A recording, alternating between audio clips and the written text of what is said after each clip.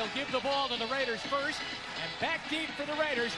It will be the Rocket to the near side right there. 86, Raghib Ismail will be out there, along with the rookie Napoleon Kaufman. He's back deep for the Raiders too. So they have speed back on the back lines here, ready to return as Peterson gets set to send us on our way. The Seahawks 2-2. The Raiders 4-1. Should be a good one here in the AFC West. They kick it towards Ismail. He's got it at the 6 and is on his way. He has it creased, and Rockets going out to the 40. To the midfield stripe. The kicker, Peterson, is there along with Selwyn Jones. But Jim, you talked about speed, and he has been a speedy wide receiver, but they love him here in the return. Look at the wall. Look at the way they just walled off all those defenders coming down. It wasn't even a hard read. He found that hole and just turned the speed on. Peterson, the kicker, coming in and making a tackle. Boy, talk about great field position. The Rocket gives them the ball at the 50-yard line. They're playing on half a field as we start here today. Jeff Hostetler at quarterback. Derek Fenner is the lone back in the backfield. There's a flag down as Hostetler finds Ismail. He's got it inside the 40 at the 38. I detected some movement on the Raider offensive line, and that's what might be causing the flag. Actually, I think they're going to call that on Kerry Cash. He kind of, number 88, rocks forward just prior to the snap. Ron Blum is the referee. So a penalty will slow down the Raiders, who have come out with Rocket Ismail red hot here today. Could be on Cash. Legal motion, 86 offense, 5 yards, repeat first down. Okay, so it was Rocket. It was the inside receiver who had rocked forward just prior to the snap. But interesting, they come out and, you know, we keep talking about the Raiders with their West Coast style offense. The Raider personnel seem to want us to say that it is a Raider style offense. Very similar, though, to a West Coast style offense. Ball at the 45-yard line. Here's Harvey Williams. First carry of the day, 50. Down to the 43-yard line of Seattle, and he gets close to a first down. Let's look at the Raider offense and take a look. Good offensive line, big offensive line, and as you can see there on Williams' run, opening up big holes in the backfield for the Raiders, along with Jeff Hostetler. Good running attack, Williams and Fenner, Ismail Brown and Kerry Cash is the tight end. Then when they go to the passing situation or their bear offense, Darryl Hobbs becomes the third wide receiver into the lineup. That was a good run by Williams as he makes it second down and 3. He got 12 on the play. Again, a little movement, but I didn't see a flag. Hostetler can run. He will. He'll get a first down. He's safe at the 38-yard line of Seattle. And he slides right in on the infield dirt here at the Oakland Coliseum. Here's a look at the Seattle defense, pressured right away after that great kick return. The left defensive end, Michael Sinclair, filling in, doing a great job. Sam Adams improving. Their linebackers have to help out with their pass rush. A lot of pressure on these guys. The secondary, in particular, those two corners, Gray and Corey Harris. And then in the passing situations, their dime, they substitute Jay Bellamy and Tony Brown. First and 10 for the Raiders. The ball is at the Seattle 38-yard line on their first possession of the game. Tim Brown comes in motion. Hostetler. And Hobbs cannot hang on to the ball at the 31-yard line. Certainly a catchable pass. Over there defending on the play for the Seahawks was Corey Harris. Well, we're going to see that pass a lot today. They love that short little slant. You're going to see him coming in from the left side. It's going to be a 3-step drop. Hostetler is going to him right from the beginning, but the corners, they know that it's coming. On both sides, both Corey Harris and Carlton Gray know that they're going to have to defend. They're going to have to come up fast and make a play in that short slant. Second down and 10. The ball at the Seattle 38-yard line. Hostetler gives it Williams. Harvey Williams gets inside the Seattle 35 down near the 33-yard line. He's brought down by Cortez Kennedy, who is trying to get some help around him, Bob, because so much of the pressure is put on him to make not only a lot of tackles, but to try and get sacked. Well, last year, he was the guy that they, over the last few years, he's the guy that they've really turned to. Now, they had hoped that Sam Adams coming in, another guy cut out of the same mold as Cortez Kennedy, would take some pressure off. Injuries last year kind of precluded him doing that. This year, him healthy, they're hoping that'll take some of the pressure off of Cortez and single him up one-on-one. It's third down and 6 for the Raiders to try and keep the drive going at the 34 of Seattle. Hostetler pressure, Kennedy gets him, and then the rest of the Seahawks come in, and they get the sack. Only their second sack of the season, but 96 was the first man there. And both guys, Cortez Kennedy and the man we were just talking about, Sam Adams. Watch the two guys in the middle. They're going to make moves to the outside, and they're both. Adams is going to come inside Cortez around Wisniewski, just closing the door on Jeff Hostetler. Kind of dangerous, leaving that middle open. Both guys kind of getting wide, but very effective in that play. Jeff Gossett, first punt of the day. Very talented rookie out of Ohio State, Joey Galloway, back at the Seattle 10. As the Raiders stall on a drive that looked good. Gossett hangs one. And it hits at the 2, and it goes into the end zone, touchback, and the Seahawks will get the ball at their own 20-yard line. Rick Meyer getting set to come on the field for his first possession of the day. Let's take a look at the offense in front of him. This offensive line, Ray Roberts at left tackle is not ready to go yet, but this kid Atkins has been playing very well. The offensive line has played well the last 2 weeks.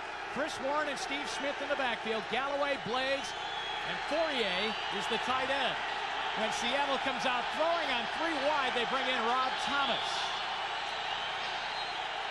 Well, as we said in the open, Jim, Chris Warren is probably the most underrated running back in the NFL. He is going to be a big part. They're using him in all different roles. Look at him now. He's split out wide. They're using him all over that field because of his versatility. Meyer fumbles the snap on the exchange on the first play, and they're going to lose 2. And Meyer immediately went down with Jerry Ball out over him. And also in there for the Raiders was their middle linebacker, Greg Beaker. And it will be a loss of a couple of yards. Well, I think this just comes down to excitement. The first play, Jim Sweeney, a new center this year, but they've had plenty of time to work together. There should be no miscommunication. I think Meyer really just looking at this whole setup, the Raider defense, the Raider fans, a little bit intimidated early on. There's Galloway lined up against his man, Albert Lewis. Blades is in motion. Second down, the pitch to Warren. Got a lot of people out in front of it, and he'll push for about 4 yards to the 22-yard line. This crowd has this defense ready to go. Let's meet this defense. It's a good defense. Big and tall and really gets a good push up front. The linebackers have been playing very well. 52, Mike Jones picked up a fumble and went with it for a touchdown against the Jets last week. In the secondary, very experienced at the corners and good. McDaniel and Lewis, Hoskins and Andersons are the safeties, and then their pirate passing situation, they call on James Trapp to come in. It's third down and 7 for Seattle at their own 23-yard line. Meyer's first pass. Or will he get it off? He's being chased by Smith. He throws it right into the Seahawk bench. Applying pressure to the quarterback. Pass is incomplete, bringing up fourth down. 7 yards to go. Welcome all of those of you who have watched the Jacksonville Jaguars win over the Pittsburgh Steelers. I'm Jim Donovan along with Bob Golick here from the Oakland Coliseum. Seattle and Oakland now have each had the ball once. Back to receive and for now the Seahawks will punt it away. Rick Tootin, 0-0 the score. 10:47 remaining here in the first quarter. Here's Tootin. Tim Brown on a short punt. Gathers it in. Nice catch he made at that. Back at his 38. 45. To the 47-yard line. Tootin, the punter, is down there on the coverage and tackles on the play and gets into a little push and shove match there with one of the Raiders, James Trapp. And it will be the Raiders' second possession coming up, and once again they will have excellent field position in a 0-0 ball game. 47-yard line.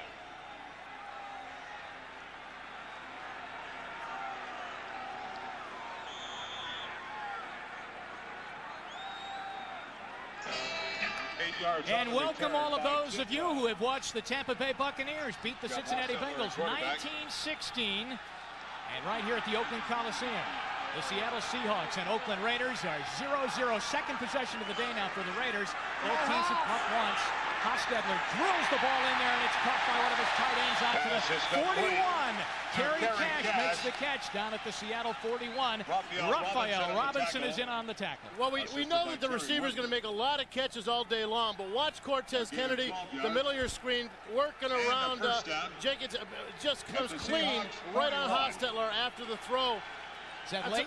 Well, no, as a defensive lineman, no, that was fine. Yeah, that was fine. But, I mean, that's something they're really going to have to watch out for because Hostetler took a beating last year. They can't let that happen again. Kennedy already has a sack here early on the Raider first possession. Timeout is being flagged down by Tim Brown. Something's wrong with the formation. There's a flag down. Harvey Williams comes to the near side and runs out of bounds. Brown was trying to get the attention of Hostetler to call a timeout, so there was something wrong in getting the play in, and a flag is down. And Tim wasn't even on the field. He was standing on the sidelines trying to signal it in. Against Oakland. This will be the Raiders' second penalty on the afternoon. You know, there is such a level of excitement here at the Oakland Coliseum with these fans rooting on the Raiders right from the time the team came out of the tunnel. Jim, let me tell you, man. Illegal formation. No man on the end of the line. Number 78 was undercovered. 5 yards, repeat first down. Maybe Tim was the guy that was supposed to be on the end of the line and said, hey, I ain't there. First and 15. But you know what, Jim, walking out here today, seeing the field, this configuration, which is new this week, turned the other way, it reminds me of like back in 1980 when I came here, and it just has this deja vu of the old days, and the people here feel that same feeling. 5 yards makes it first and 15. Williams is the lone back in the backfield. Good protection. Hostetler wants to give it a shot for James Jett, and it's tipped away. What a great play by Carlton Gray. Wow. Carlton Gray tipped the ball away. And you know, Jim, that's one of the things about this offense, and that's why the Raiders people want us to kind of shy away from the terminology West Coast offense. They like Raider offense because this is still in. What was a big part of the Raider offense in the past, the vertical game, is still there as you see a great play made by Carlton Gray. What a stretch, because Jett had a little bit of room and that Raider speed at the wide receiver spot, but Gray played it perfectly. Perfectly. Second down, 15. We're in Seattle territory at the 46-yard line. Hostetler gives it on a delay. It's Derek Fenner. And Fenner will get 6 yards down to the 40-yard line. Tackled by Raphael Robinson. Tell you what, Jim, I like Fenner. I liked Fenner when he was here in Seattle about 3-4 years ago. In fact, we asked him, we said, did you still talk to the guy? Yes, he said, Cortez and some of those guys. And then we asked Cortez, he goes, no, I don't talk to any Raiders. Now, isn't this typical for a player like Fenner? This, could kind of, to be a Raider, kind of considered his last stop, maybe. Oh, yeah. The Raiders, for a lot of people, it's almost the elephant graveyard of the NFL. It is third down and 9. The ball at the 40-yard line of Seattle. And Hostetler will go up top. Sam Adams had a pretty good rush. Hostetler has to run it and gets down to the 35-yard line. He puts his head down there, but they'll be 4 yards shy of the first down. Winston Moss, a former Raider, is in on the tackle, 55 of Hostetler. Tell you what, Winston, they love Winston in Seattle. They talked about this guy. They brought him in, kind of taking over for Rufus Porter, but he has been an inspiration as a leader. Now watch these guys here. They're trying to balance out the pass rush. Cortez Kennedy comes too far across the middle of the field. You need to force the middle, but you can't leave an open spot for first of all, for the quarterback to see a receiver, or secondly, for the quarterback to run. Gossett's second punt of the afternoon, Galloway deep. He just lines one into the corner, and he'll try and get it out. Let's see where they mark it out. I was watching him practice that before the game. He just lines it right down the sideline. They're going to put it out at the 11-yard line. At the 11-yard line. Gossett doesn't like where the mark comes, but they're going to give it at the 11-yard line. Tonight, after the comedies, stick around for more. Tonight, he'll have the eye patch and the braids in the hair, so. Perfect Raider type of photo. I didn't wear that today, the eye patch and everything. I didn't want to sound like I was picking one side or the other. Here's the pitch to Chris Warren. Good penetration by the Raiders. They can't make the tackle, and the ball goes out of bounds at the 14-yard line. Pat Swilling penetrated and got through, but couldn't make the tackle, and Warren still turned it into about a 4-yard run. You know, they told us in the first game of the season we played, or we did a Seattle game, they told us, as I said in the open, that they wanted to get some of the pressure off of Warren. The guy carried 90% of the carries last year. They don't want to wear him out. They figured this way with his versatility, they're going to have him run less, catch more balls, but ultimately end up with the same amount of yardage. Second down at 7. Blades again in motion, getting a lot of double coverage this year. Meyer and Chris Warren steps over the pile and goes out near the 17-yard line. Chester McLaughlin is in on the tackle for the Raiders. Chris Warren, through the years, Bob, has really become one of the premier running backs now in the NFL. He really is, and unheralded probably because the Seattle Seahawks, have never been competitive in the playoff situation. But look last year, 1,545 yards, and hardly anybody knew that he had that kind of performance. This year, the last couple of games, they've seen that they need to establish a running game again to take some of the pressure off Rick Meyer with this new offense. Make it third down and 3. Raiders are coming. Chester McLaughlin was across the line and immediately pointed at the center, Sweeney, for moving the football. That's what 56 Pat Swilling is saying, that he must have moved the football. False start, prior to the snap. Number 53, the center. That's what it is, 53 Sweeney. 5 yards, repeat third down. You'll see Sweeney, the center, here in the replay. Penalty spots the ball back to the 13-yard line. Yep, a little bit. He wasn't sure on the snap count. I think he was looking back to get an indication, but. Well, Rick Meyer told us there a lot of times today they're going to go on a silent snap count, a silent cadence, and that might be the problem that they're having now. Third down and 8 because of the great crowd noise here. Here comes Warren. And they just better punt and get it out of here at the 12-yard line. Let's go to New York right now, enjoying Greg Gumbel for this update. That's how it ended. Tampa Bay over the Bengals, 19-16. Let's go back to Jim and Bob. Thanks, Greg. Rick Tootin will punt from his own end zone. Seattle and Oakland here in the Coliseum, scoreless. The Raiders have had great field position and should get it again. They almost hit the punter. They do hit the punter, and a flag goes down. Tim Brown called for a fair catch at the 49. Joe King was in there along with Aaron Wallace. They didn't hit Tootin the first time, but then he just fell into a pack of black uniforms. You talk about a guy who is using some acting skills. Tootin was, 2 guys came by him and kind of spun him around, but as he spun, you saw him kind of feinting that, oh, I've been hit thing. Fell over a couple of the other defenders, and I think that's what they called. Unless they're getting Tootin for bad acting, it's got to be rough for the kicker. And now the question is, how much yardage marked off on the penalty? Here's Ron Blum. Running into the kicker. 5-yard penalty, repeat fourth down. Well, that's not going to be enough, obviously, for the first down. So he'll punt it again, but he'll get some more room. Oh, watch, you'll see 2 guys go by him, and he's kind of like, he knows he almost got hit. Now he'll spin around here, and he basically moves forward into the defenders. I think it was more of him moving towards these guys than them running into him. Aaron Wallace was the man, 51, that had a great shot at getting that ball off the foot of Rick Tootin.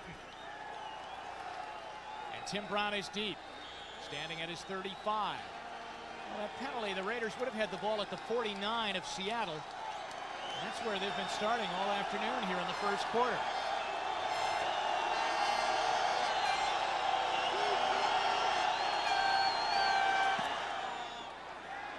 Not a good punt. Let's see if he gets a good bounce. Again, Brown fields a second high. And is brought down from behind out near the 50-yard line. Again, excellent field position, though, coming up for the Raiders as they start again in a 0-0 game. Say next Saturday at 5 p.m. Eastern, NBC Sports takes a look back on what has truly been a year to remember in the world of golf. A tie here with the Seattle Seahawks as we have 5 minutes and 40 seconds to go in the first quarter. And you know, Bob, pretty soon the Raiders better get some points here because they have been starting right here, right near midfield. Perfect field position, but they really haven't been able, they've hit a couple of things, but haven't established any kind of continuity in the offense yet. Hostetler, Ismail, and a couple of blocks gets him up to the 47-yard line of Seattle. Tackled by Tyrone Stowe, and Terry Wooden was over there too. Stop for the Seahawks. Well, Rocket, they ended up with Tim Brown in motion, ending up bringing 3 wide receivers to this side. On the snap, Ishmael kind of moved back to take the little quickie, and the 2 other receivers, Tim Brown and I believe Kerry Cash, went right out there to take on the blocking opportunities against the cornerback and the safeties coming up. But pretty good flow by the defense on the Seattle Seahawks. Three wide receivers on the set.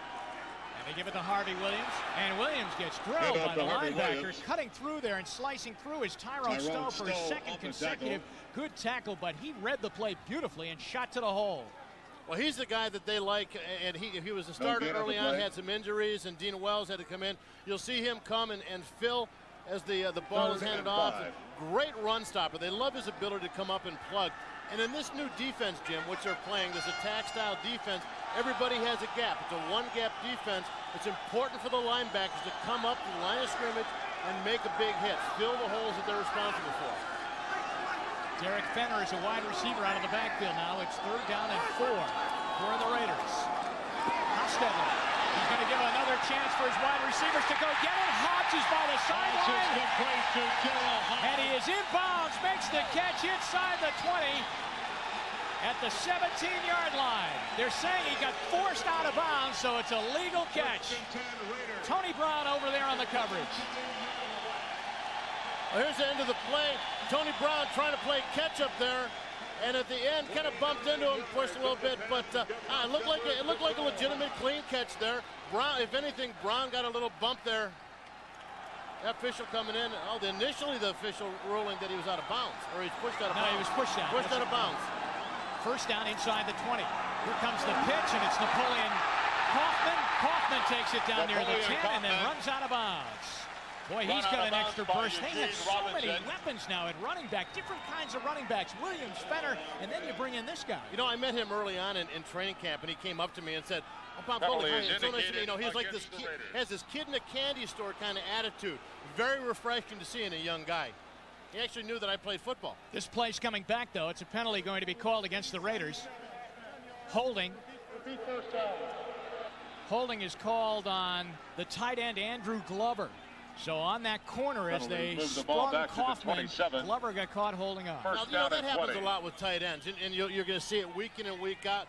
Every team, you end up with a tight end who may not be the best run blocker in the world up against a defensive end or an outside linebacker whose job is to jack him up and push him back into the backfield. Well, sometimes tight ends, they're used to grabbing things like football, so they grab jerseys. 1st down at 20. Backed up now inside the 30-yard line. Hostetler to Tim Brown. Down to the 20-yard line. Tim Brown.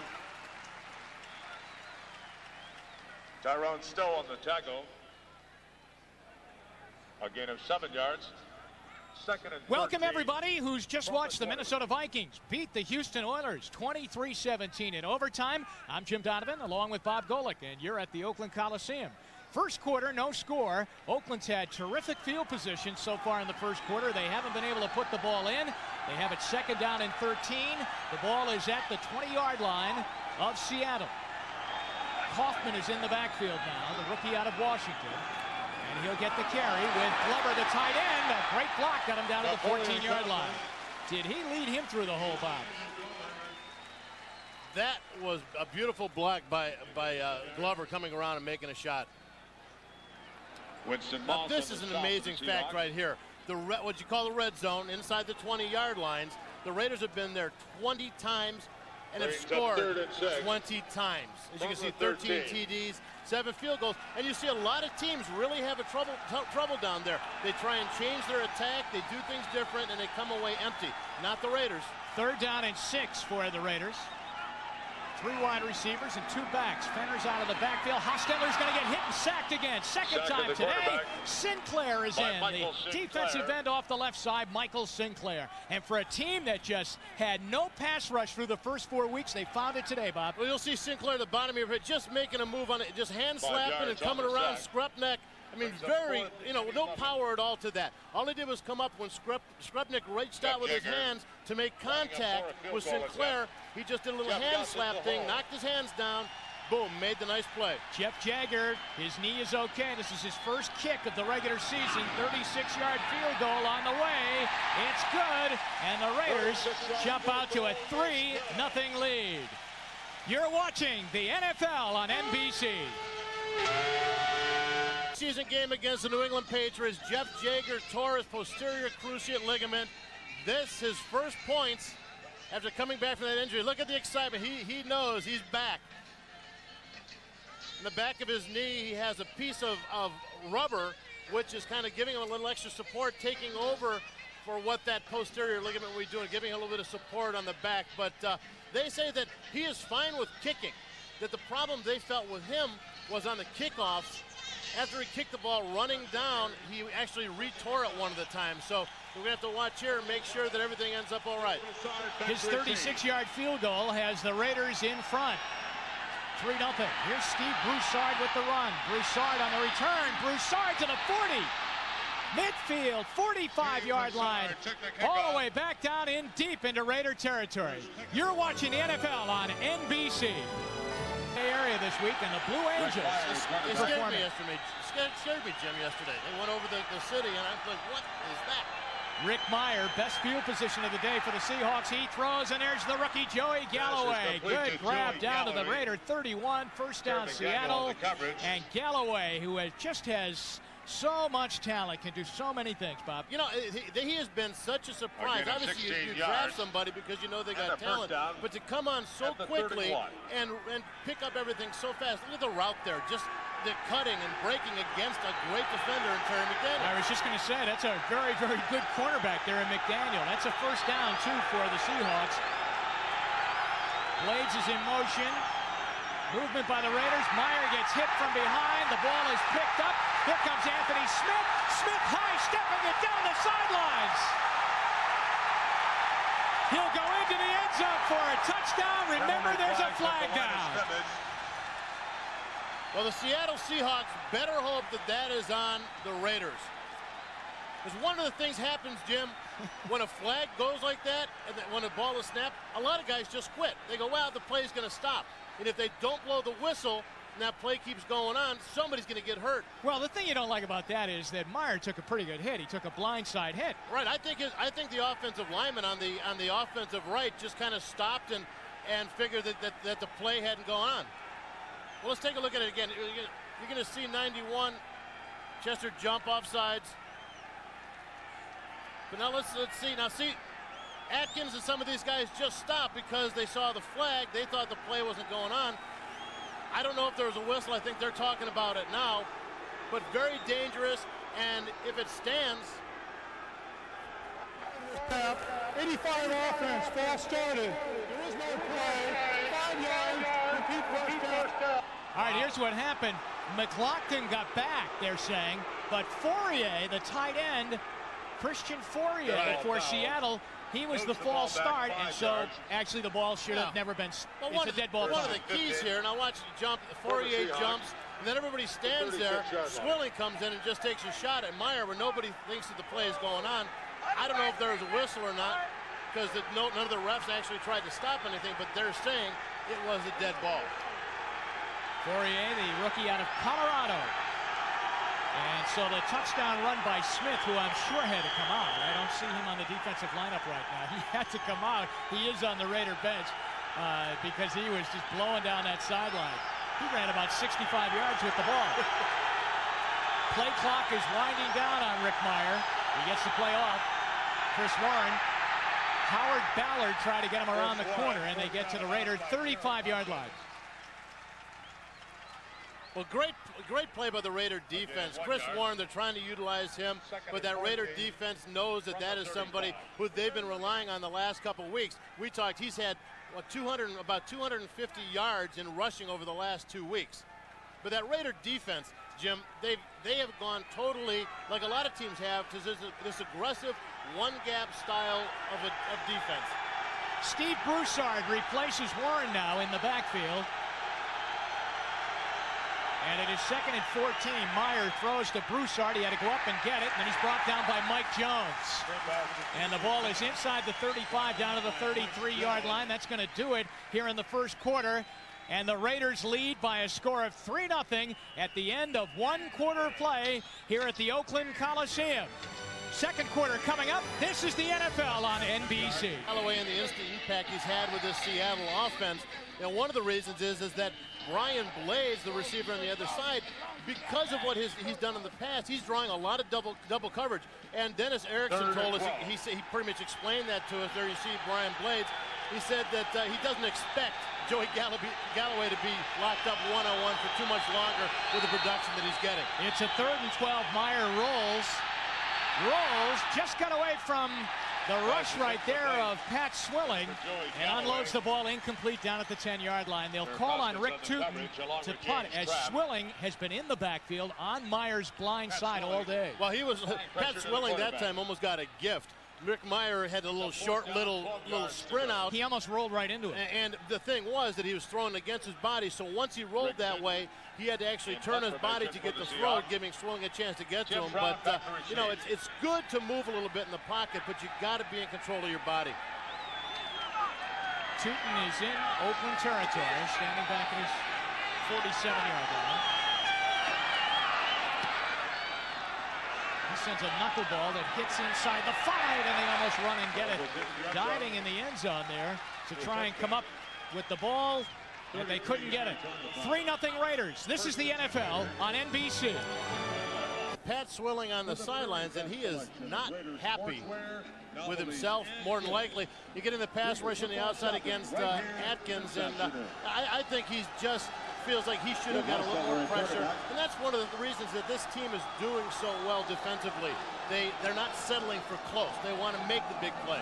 1st and 10 at the Raider 20. Harvey Williams gets around one man.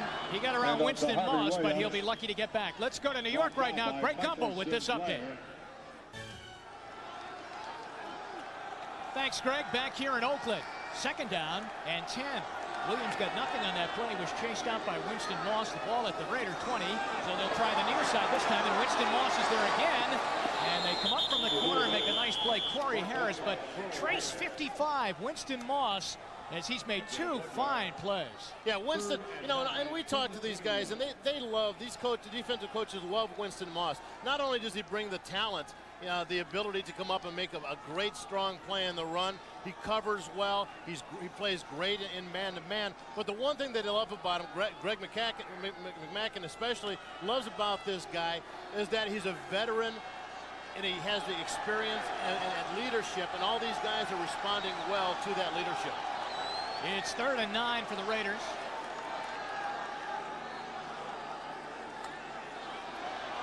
Hostetler. He completes it. Hobbs makes the catch out over the 35 to the 37-yard line. Tony Brown covers on Hobbs. 1st down Raiders. Sam Adams back in the backfield for Seattle. Just missed getting Hostetler. He's complaining too a little bit. He got hooked by the offensive lineman.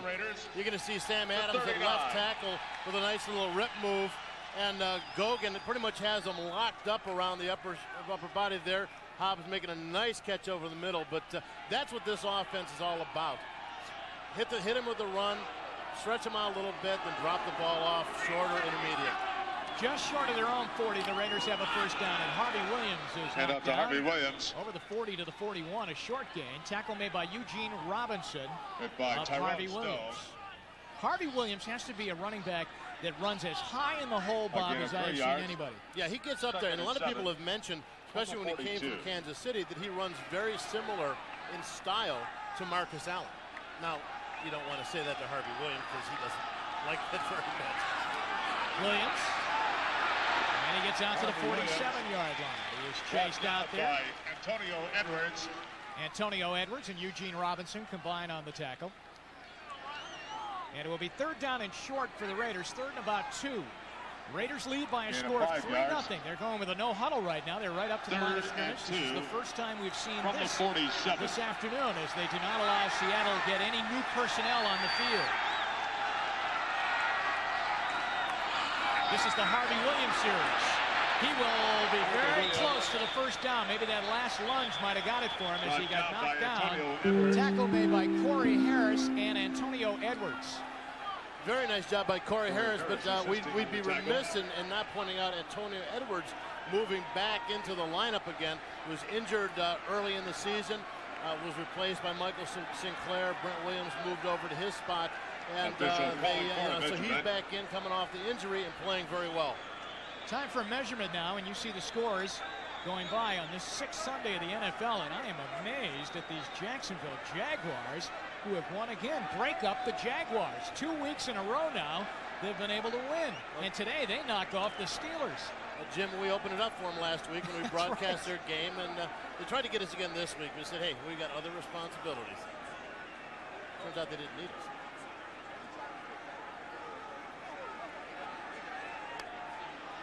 All right, can't see from there because the other yard marker. Well, they're about 4 lengths shy of a first down. It's a fourth down, less than a yard. Mike White and Joe Bugle. This is taking a long time to make this decision, and now you see Hostetler wave the offense. Jeff Gossett started walking on the field, but only got about 3 or 4 yards. They are going for it on their own side of the field. Now, you know, this is Joe Bugle's part of this offense. He loves that running game. He has taken that Raider offensive line. There are some huge people in there. It's Skrepnik, Gogan at 325 apiece. You've got Wisniewski at about 300. They're just lining up and saying, you're not going to be able to stop us. We're going to put Harvey Williams back there, and he's going to pound out that yardage. 4th down and inches. There it is. Just to bring you up to date. We're right on it for you. They've got tight ends all over the field. They've got Fenner as the first back. Williams is the tailback. It will be Williams, and he'll get it. He leaps to the 50. First down, Raiders. And Joe Bugle going, yep, told you. My stuff works. Harvey Williams pretty much getting that, though. Tyrone Stowe, middle linebacker, making a nice read, getting up and hitting him in the hole, but Williams twisting his body, able to lean forward for the first down. Again, no huddle now for the Raiders. Ball is right square at the midfield stripe. 10:55 to go in the half. 3-0 Oakland. Hostetler getting pressure. Still got the pass off, and Fenner dropped it at the 41-yard line. Hostetler really got hit by Antonio Edwards, who is having himself a ball game this afternoon. Well, he's just excited to get back, but like you said, great pressure by Edwards coming in from the right-hand side. The Raiders still in the hurry-up offense. And one of the reasons they can do this, Jim, is that they have a certain number of plays, but they run the same plays from a lot of different formations. So they can sit out there with 3 wide receivers and come in with a running attack. It's 2nd and 10. Napoleon Kaufman joins the Raider backfield and gets the ball and bounces it to the outside. Carlton Gray chases him, but a good run by Kaufman as he gets up near a first down. He's about 2 shy of the 42. Well, Kaufman knows his responsibilities with this team. As he put it, he said, Harvey Williams is the guy that goes in there and pounds it and pounds it and pounds it, softens him up, then they put me in, let me use my speed. From the 42 of the Seahawks. It is 3rd down and 2. Ball is at the 42 of Seattle. They need to get to the 40. Not using the huddle, calling the formation and play right up at the line of scrimmage is Hostetler. He throws. I think he was throwing it initially for Kaufman. It was over his head and then ended up in the lap of Hobbs, and it's incomplete. Something got fouled up there, and Hostetler is letting the rookie hear about it. Kaufman. Jeff Gossett. And the other guy's going, no, it's okay. And you know, he's a young guy who's been called on to do a lot of things and learn a lot of things early. You see him, he pulled a little short in his route, and I think that's what Hostetler was upset about. He's like, continue through there, keep going. I'll get the ball to you. Don't stop. Jeff Gossett to punt. Joey Galloway is deep for Seattle. Here's Gossett with that line drive corner kick again. And let's see where the official is going to mark this. He's going to say it got into the end zone, and he'll bring it out to the 20-yard line as Hostetler continues to talk it over. 3-0 Raiders. Welcome to the noisy Oakland Coliseum as the Raiders lead 3-0. 10-12 to go here in the first half. Seattle ball at their own 20.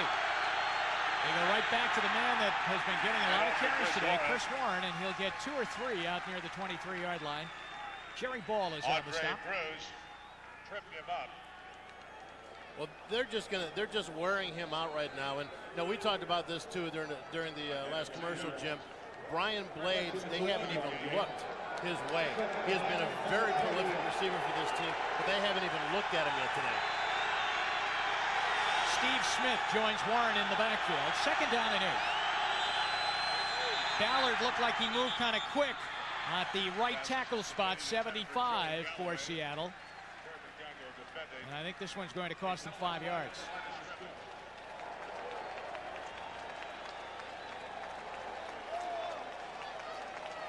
Repeat second down. You would expect that out of Howard, too. He's a veteran that's been around who, normally a guy who's been around the game for a while isn't going to allow a little bit of jumping or twitching by a defense draw you off. Seattle now second down and 14. The ball is at their own 16-yard line. They have not had good field position today. Meyer giving it a shot long for Warren down the field, and it is knocked away by Terry McDaniel as he was right there. Let's go to Greg Gumbel once again in New York for an NFL update. That AFC Central is taking a beating, isn't it, Jim? It really is, and Sanders always has big running days against the Cleveland Browns, which is a good defense year in and year out. Back here, third down 14 from Meyer. He throws, incomplete, intended for Galloway at the 35, and Seattle must punt. Rick Meyer is just not in the rhythm on these receivers. He had both Brian Blades and Galloway on the same side. You'll see Galloway make a move to the inside here, breaking it in, and the ball just thrown pretty much between Blades and Galloway. I'm not sure that Meyer had made up his mind where he wanted to go with that. Dennis Erickson trying to go over things with Meyer on the sideline as Tim Brown waits at his 40 for this man, Rick Tootin, to punt it away. Brown from his 36. Well, you hold your breath when he gets that football, and he's out to the 45-yard line. And a reminder, you're watching the NFL on NBC. In Oakland. Bob, who's that beautiful young lady who's too shy to look at the camera? I wish you'd turn around. Karen, that's Karen, that's my fiance, and obviously she's more interested in the game than what's going on now. We'll show her to you a little bit later, but if the Raiders keep playing the way they are, she may be the first in the family to get a Super Bowl ring. Raiders coming in 4-1, leading here 3-0. Harvey Williams gets a burst. Oh, what a cutback by Williams. He's inside the Seattle 20 to the 18-yard line. There were 3 great moves there.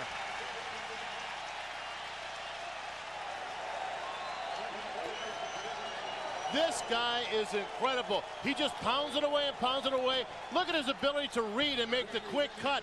Getting chased here by Cortez Kennedy. And watch him make the little move here. Well, making a move on Cortez. In the hardest thing, but still his awareness of where players are, just incredible. This guy just goes out there and works every day. Eventually he's going to find it and he's going to make the big break. 37 yards for Williams, 3-0 Raiders. Score of 3-0 over Seattle. Harvey Williams just ran for the longest play from scrimmage this year, rushing for the Raiders. His numbers on the day, that running play was 37 yards. And it's Oakland 1st and 10 inside the 20 of Seattle. Hostetler throws. Hobbs to the 9. They're right up to the line of scrimmage again. Hostetler not going to a huddle. Now this is the first time that they've used this no huddle offense all year long, and it's working effectively. It's 1st and goal now inside the 10. Actually telling the chains to move down because I don't know if they're sure that they had the first down. He's very, very close to it, and I think just to be safe, they're going to call in the chains and measure this. The ball is inside the 10 near the 9. To the Raider sideline we go. Joe Bugle looking on. Mike White with his staff.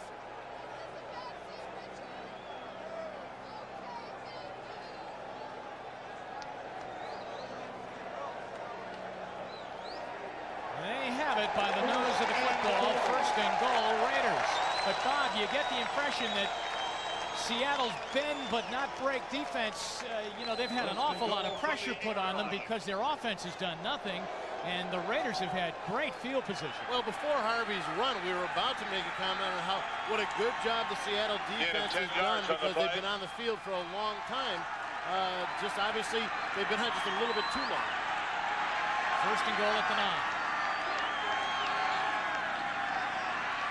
Hostetler end zone for Tim Brown, and getting his hand in there to knock it away was Corey Harris. Great play by Harris. He just had great position on Tim Brown and made a nice play. You're going to see him break underneath with Tim. Perfect position, great awareness of where Timmy's body was. Good play by Corey Harris. Harris has made a good play earlier in the game. Carlton Gray made a good play. The Seattle corners have reacted well to the Raiders' speed at wide receiver. Second and goal. They'll run it. Harvey Williams, and Cortez Kennedy gets him and brings him down near the 7. And it's third and goal.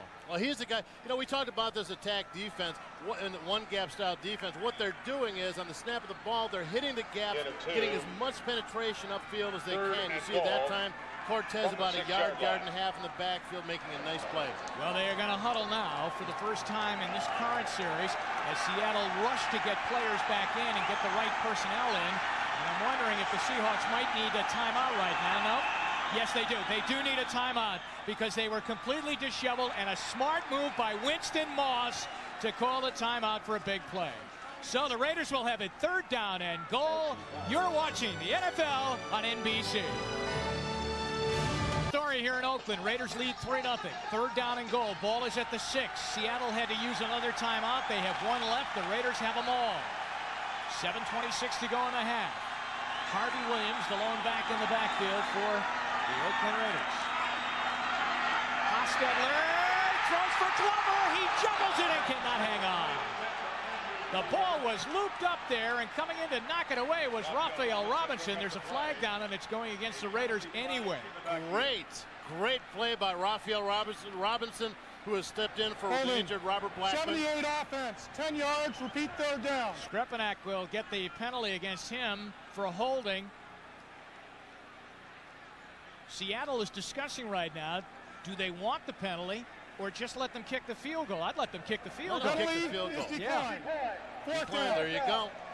Penalty was offensive holding on 78. Yeah, because this defense has been called on to do a lot today since the Seattle offense hasn't been able to get anything going.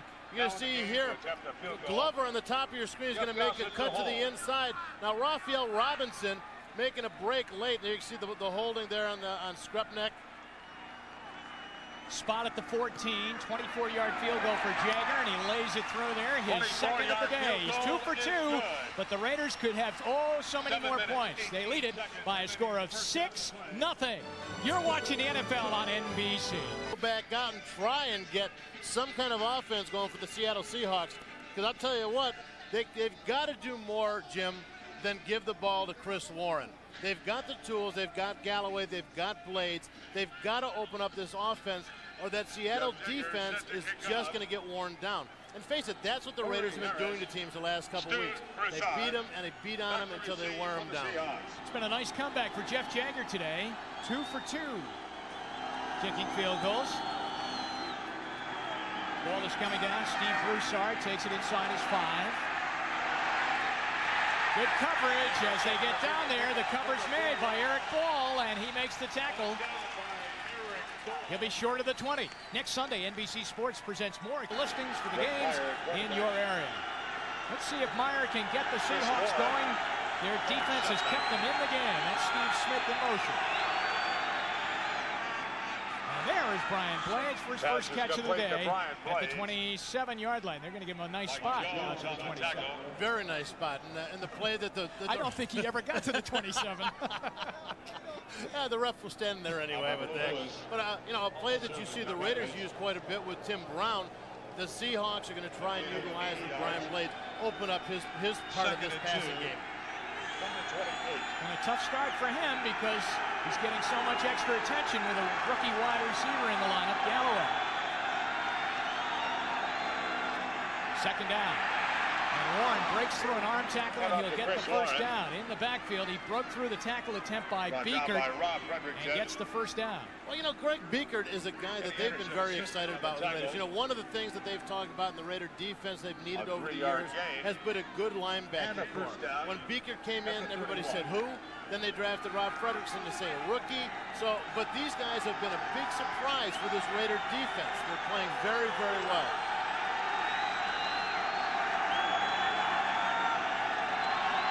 Again, there's movement coming through, and blowing through on the outside was Andre Bruce.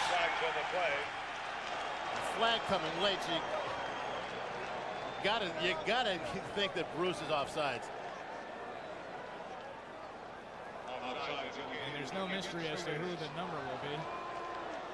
99, Andre Bruce. Look at him, he's kind of doing, I don't know, who, me? And watch, he just gets a little jump. Offside, Now, he was defense, watching, he was reading Rick 5 Meyer. yards, Meyer was kind of first down. rocking back in a stance a little bit. A lot of the good rushers, the speed rushers, the Neil Smith, the Derek Thomas, they watch little cues. The foot of the quarterback, you know, the something on his body that's starting to move. And that time, he just saw Meyer rocking back a little bit. Well, a nice series now for Seattle to begin with. It's first down and 5. They're at their own 36-yard line. Right back to Warren, and he's got a hole to the left side. They try to knock the ball out as he was going by, and he's brought down at the 45-yard line. That will be a first down for Seattle, showing some signs that they're going to get a little offense going. Bruce made the tackle. But once again, you're not seeing the West Coast offense. You're seeing smash mouth offense. They're giving the ball. Excuse me, but this looks like the Chuck Knox offense. That's exactly right. This is the kind of offense they've had in the past, and they've gone back to it. They're having some success. And another first down for Seattle. Down 6-0. Warren, he is trapped in the backfield and brought down by Andre Bruce. Wow. What a play by Andre Bruce.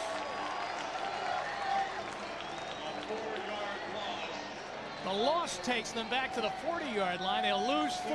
You can see Andre down at the bottom here just making a scoop little game underneath Howard Ballard. Ballard is supposed to at least impede his progress a little bit, maybe cut him, go for his legs. Didn't even get him to flinch. Perhaps touch him. 22 yards on the day for Warren on 9 carries. Meyer must throw, and he gets hit as he throws, and it's incomplete, intended for Joey Galloway. His arm got hit when he was releasing as Chester McLaughlin got in there, and I think Meyer's kind of feeling claustrophobic back there in that pocket. Well, he's got to be, because they're bringing guys from all over the place. He's getting pressure in the middle. He's getting pressure from the outside. You see Chester coming up against Howard Ballard. He's going to get his hand up and get a little piece of the jersey, kind of impeding the movement of the arm. He didn't actually hit the arm. He got a hold of the jersey, and it's just shaking Rick Meyer up a little bit.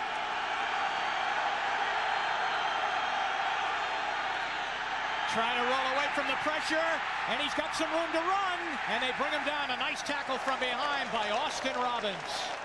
And they must punt again. Well, they were bringing everybody. They were blitzing a couple of guys, blitzing the corner. You're going to see here on the right side of your screen as he starts to roll out, he's going to roll right into the blitz.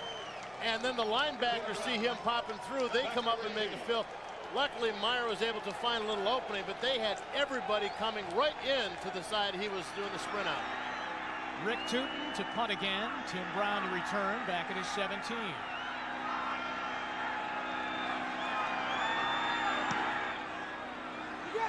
Good hit by Tootin. Brown on his fingertips, slips and falls. He lost his footing at the 16-yard line, and that's where he goes down. Let's take a break. This word from the NFL. The Rocket on a reverse, and he brings it just for a couple of yards. It's once again excellent pursuit by the Seahawks defense. Terry Wooden chases the play down. So they were ready for that one. A gain of 3. I guess once a game you have to expect the Rocket's going to go back to his they're going to glory days in South Bend. They're going to use that speed any way they can to catch these guys off guard. Second down 7.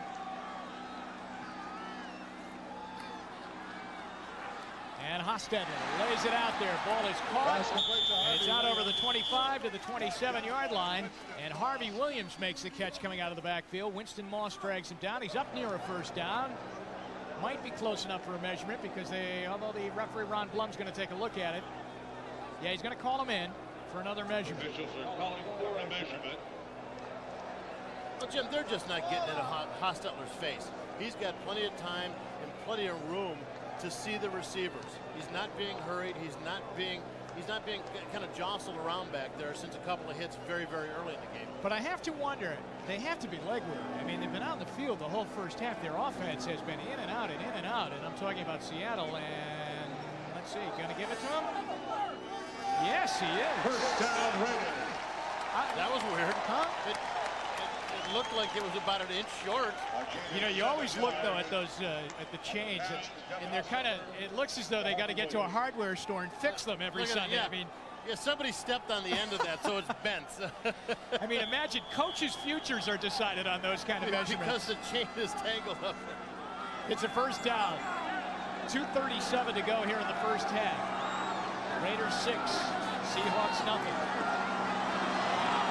Adams coming from the outside. Great hit made by Corey Harris as the pass was intended for Derek Fenner, and he separated Harris from the ball, and then a little talking going on. Well, Fenner knows some of these guys from the old days 3-4 years ago, but great hit by Corey Harris. Fenner just on the little out pattern, which is a big part of this this West Coast ball control type of offense, and Harris right there to make the play. Again, the Raiders, as they have throughout this second quarter, have gone no huddle. And they are 2nd and 10. The ball is at their own 27-yard line. Now Fenner will run it and get out to the 29-yard line. Winston Moss leads the charge as he tackles on the play. And also in there for the Seahawks was Brent Williams. Coming down near the 2-minute warning. And the Raiders seem as very content to let it go down to 2 minutes, not use a timeout, and go over to the bench and talk it over and try and get some final points here in the first half. 2 minutes to go here in the first half. The Raiders 6, Seahawks nothing. You're watching the NFL on NBC. 2 minutes to go now in the first half. Oakland leads on 2 Jeff Jagger field goals, 6-0 the score, and the Raiders have the ball and an opportunity now to go down the field right before halftime. So the timeout situation is this way. The Raiders sitting in good position. They have all of their timeouts left. Seattle has used 2. They have 1 remaining. Joe Bugle has conferred with Jeff Hostetler on the sideline. They sit at their own 29-yard line, and they'll have the ball 3rd down and 9. So they have to come up with a big play to even really keep the drive going. Right, because they would love nothing more than to get some points. They've got to be wondering why they can't score points today. The last 2 weeks, 95 points on offense, only 6 in the first half today. 3rd down and 9.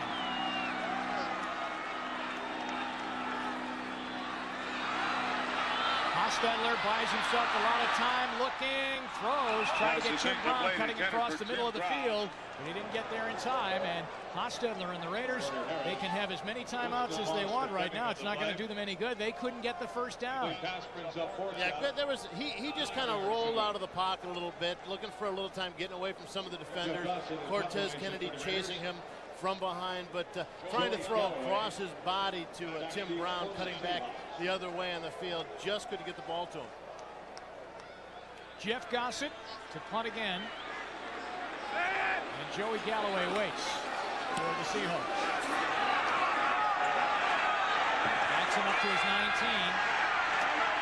And he runs out of bounds out over the 25 near the 27-yard line. Remember, on the timeout situation now, Seattle has 1 timeout left. 1 timeout remaining here in the first half, and that's what Rick Meyer has to work with. A minute 46 to go before the break. Well, he's going to have to do some ball control, perhaps even put in use their no huddle. Now, but if Seattle goes with the no huddle, talking to John Fox for the Raiders, on defense, they have a card system. Their defense, they'll hold up different color-coded cards indicating which defense they want to go to so they don't have to work with signals and names of defenses. Urging his defensive team on. John Fox, first down. Rick Meyer throwing for Brian Blades. There's a flag down. Galloway got wrapped up with somebody at about the 35-yard line, so we'll check this call. Hoskins on the coverage. Hoskins over on the coverage. Flag at the line of scrimmage. One of the Seahawks pointing that it's against the Raiders. They can't do this now.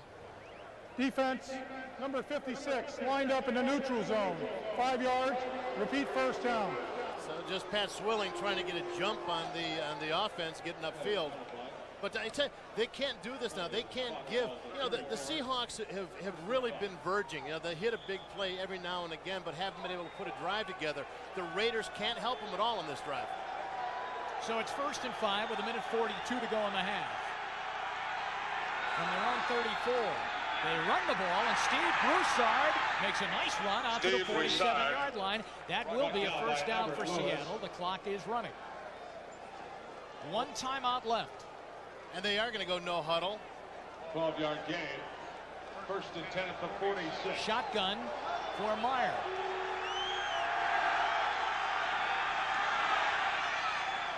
Incomplete. Off the hands of Brian Blades at the 49-yard line, and Bob, he was wide open with James Trapp on him. Wide open, and this is what receivers. 2nd and 10. Meyer going to give it a long shot. He's got Galloway, but he throws it too far and threw it out of bounds. Galloway was working against Terry McDaniel, and at first had a step, and I think Galloway now wants to come off the field and get a blow as he waved to the sideline to get out of there. Well, I don't know if that was just inaccuracy of throw and letting it drift out of bounds, or Pat Swilling also had made a... With 1:10 to go in the half. 3rd down and 10 to keep it going for Seattle. Now he's being pressured, gets away, and missed a man again, open right at the 42-yard line. James McKnight was wide open at the Raider 41. There's a flag down. Usually when a quarterback's running around like that, maybe someone held trying to give him some protection. Or they got a man downfield. There's a penalty flag in the play. 75 offense, illegal hands to the face. Penalty is declined, 4th down. Howard Ballard with illegal hands to the face. We see some blood on the elbow of Rick Meyer. And I guess we answered that question. It probably is the pressure, because just about every play somebody is coming and in his face, and Rick just is not responding well under pressure for being able to throw while he's trying to escape this rush. Tim Brown back at his 16. Rick Tootin. Fair catch. Fair catch by Tim Brown at the 20. And they have all of their timeouts left. 57 seconds to go before halftime. Raiders 6, Seattle nothing. They love throwing the out. They love throwing the short intermediate out, which will stop the clock, and they still have the speed to throw the long ball. There's nobody open. But finally, Tim Brown breaks open. He got by Eugene Robinson. He's got one man to beat. Touchdown, Raiders!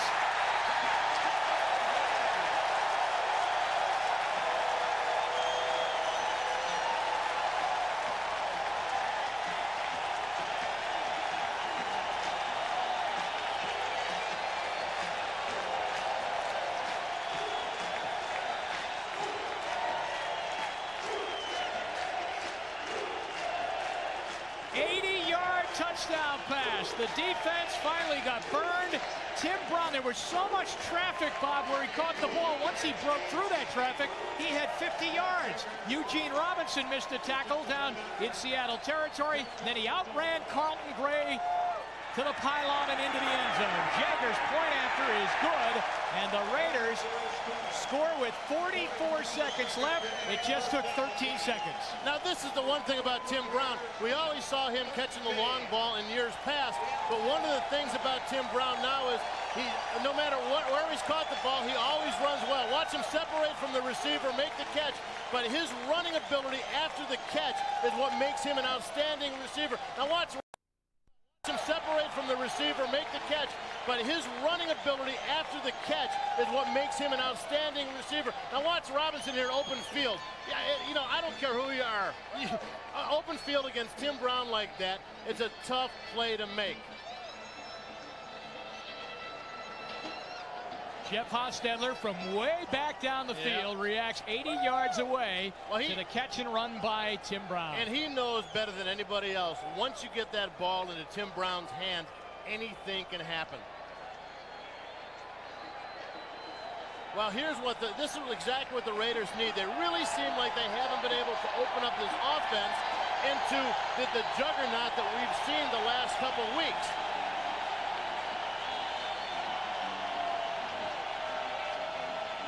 Tim Brown, a couple of records on that play. Tim Brown's longest touchdown pass and run, 80 yards. Hostetler's longest as a Raider. For a short pass, it will count as a long one. Jagger kicks off. Steve Broussard. He kicks it short. Corey Harris runs up and makes the grab, and he got torn down at the 27-yard line. There is Tim Brown. Last year, the Seahawks suffered through a 6-10 season, but they were on their way to a sweep of these Raiders until late in the fourth quarter of their game in the Kingdome at Seattle. Here's Hostetler. He hits Tim Brown on a 77-yard scoring play. It was the longest play from scrimmage for the Raiders last season. It gave them a 1-point win, 17-16. They went 3 yards better here this afternoon, 80 yards to Tim Brown. 40 seconds to go here in the first half. Steve Broussard on a run. Eddie Anderson brings him down at the 33-yard line. Run down by So they are just content, I think, to run it out and try and regroup in the Seahawk locker room. Well, it's interesting that they would call a running play and then go no huddle. And it doesn't look like they're really trying to utilize much of the clock by running up the middle. Going to give it a shot long. He's got Galloway, and he sinks it in there. And a good grab by the rookie. He's to the Raider 40. And he's knocked out of bounds by the safety, Derek Hoskins. Galloway showing his speed, getting a step or two on Terry McDaniel, which brings him to the outside. T-Mac kind of losing where Galloway was. Thank goodness for McDaniels that Hoskins was there to make the play. Big play down to the Raider 40, 15 seconds to go in the half. Meyer, he throws, and McKnight makes a terrific catch at the Raider 20. Remember, they have one timeout left, 8 seconds to go here in the first half. And they've used their last timeout. Well, for a guy who has been kind of off with his passes for most of the early game, what a great shot here. You're going to watch him. You're going to watch a McKnight crossing right there in coverage. The ball thrown perfectly. Made him get up there and get the ball, but thrown between a couple of defenders. Great accuracy, great throw, and really nice catch. All right, now here's your dilemma. 8 seconds left. They're out of timeouts. I think you got to kick the field goal right now. You have to go right now, Bob. You cannot risk. You have to. There's no way that you're going to be able to. Even by putting the ball out of bounds, you risk not getting out and not getting any points. So Todd Peterson will come in for his first field goal attempt of the afternoon. Peterson on the year is 5 for 7. Tootin will hold for him. The ball is marked inside the 20 at the Raider 19-yard line. Seattle's offense, and they're still only right now 13 points behind with a chance to get on the board. You know, right now, it looks like Rick Meyer is on the sidelines. Can hit it from here, so they're not trying to get better field position. I think they just want to go and try and get the 6. They have added 2 seconds now. As you see, we are at 10 seconds to go here in the first half, and a gamble now by Seattle out of timeouts. First and 10 at the 19. The Raiders call a timeout. Oakland. Timeout by the defensive unit of the Raiders, just to make sure that they're all set and on the same working system together. Mike White has taken. All right, remember, out of timeouts. 10 seconds to go in the half.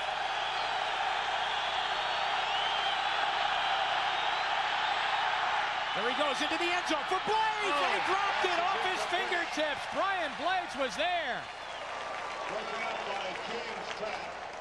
And now they'll settle for the field goal with 6 seconds to go. That play only took 4 seconds. Well, you see Brian Blades in the slot here, starting inside, going for the corner. He's just going to drop it over the top. Nice throw right there into Blades' hands, being followed by James Trapp.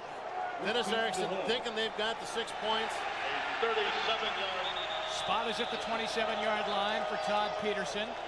And the Raiders are going to make Peterson think about it. They'll use another timeout. Why do they do this?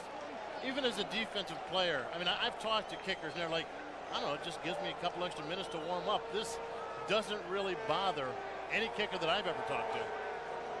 Now, last week, when we first half between the Seahawks and the Raiders, 13-0, Oakland in the lead. Peterson, the spot at the 27, a 37-yard field goal attempt on the infield dirt. And he missed it. And he really missed it, too.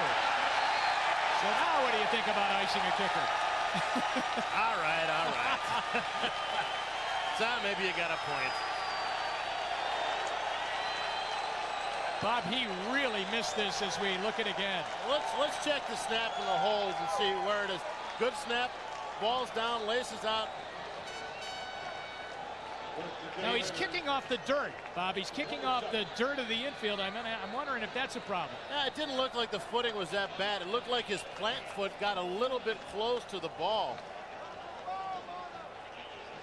I don't know if that's the normal placement of his plant foot, but it seemed a little close to the ball to kick it. Just time for a snap. Jeff Hostetler down And the ball. Hostetler puts a knee down, and that's it here for the first half. And at the end of the first half, 13-0. The Raiders lead over the Seattle Seahawks. We'll be sending you right now to New York in the Domino's Pizza NFL on NBC Halftime Report. Score of 13-0. The Coors Light halftime stats as we break down the numbers for you. And we'll get those for you. There they are right there, the halftime stats. Well, you know, first of all, one of the numbers that jumps out is total yards. Oakland really dominating there. They've been able to move the ball, although they have squandered quite a few field position opportunities in the first quarter. And also, you look at the time of possession, not dramatically different, but really shows that the Seattle defense is spending more time on the field than they want to. Corey Harris lugs back the opening kickoff second half and brings it out to the 35-yard line. He's brought down by James Trapp. And that's where Seattle will have it first and 10. First possession for Rick Meyer. If there was anything, a silver lining, I guess. A bad color to mention, I guess, today. But if there is a little bit of silver lining in the clouds for the Seahawks offense, it's that Meyer hit 2 big passes right before the half.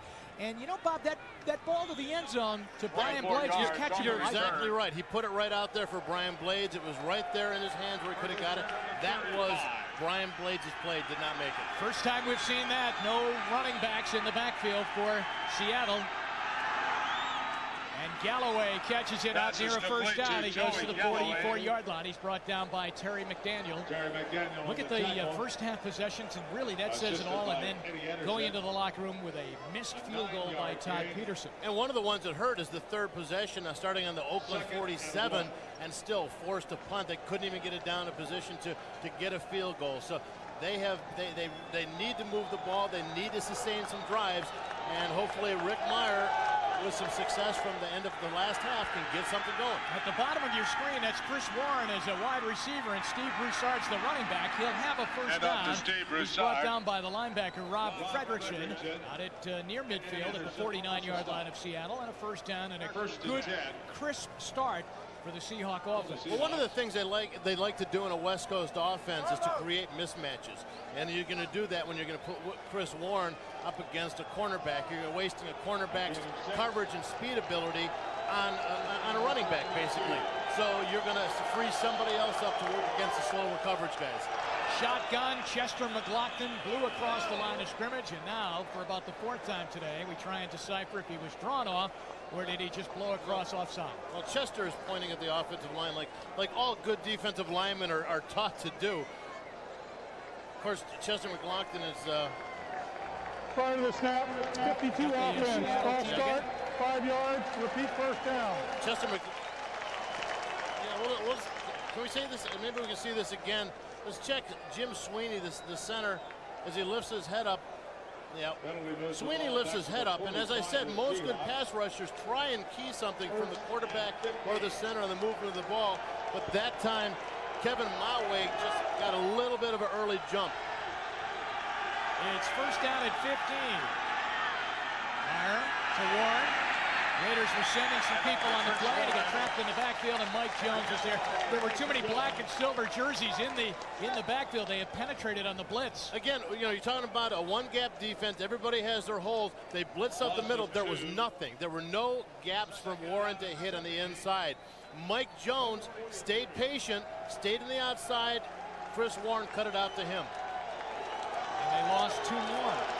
So just when it looks like they start to move again, 2 bad plays, a penalty, and a 2-yard loss. Meyer with a lot of time, throws up in the air, the catch is made. And Brian Blades fights for possession, and he's got it inside Raider territory. He's down at the 43-yard line, where he'll be 2 yards, 3 yards shy of a first down. Well, one of the things that was bothering Rick Meyer in the first half was the pressure. This time he's getting it again. Swilling coming from the outside, pressure up the middle a little bit. Jerry Ball on him. Still, he seemed to gain a little bit of confidence at the end of the first half, throwing a little bit better, throwing with a little bit more confidence. And it's 3rd and 3 with Blades in motion. Play action fake. They should have the first down on the catch by Blades. There's a flag down on the play, but they'll give him forward progress inside the 40 at about the 39-yard line. Now a big call for Seattle fans to see if the offense can keep the drive going.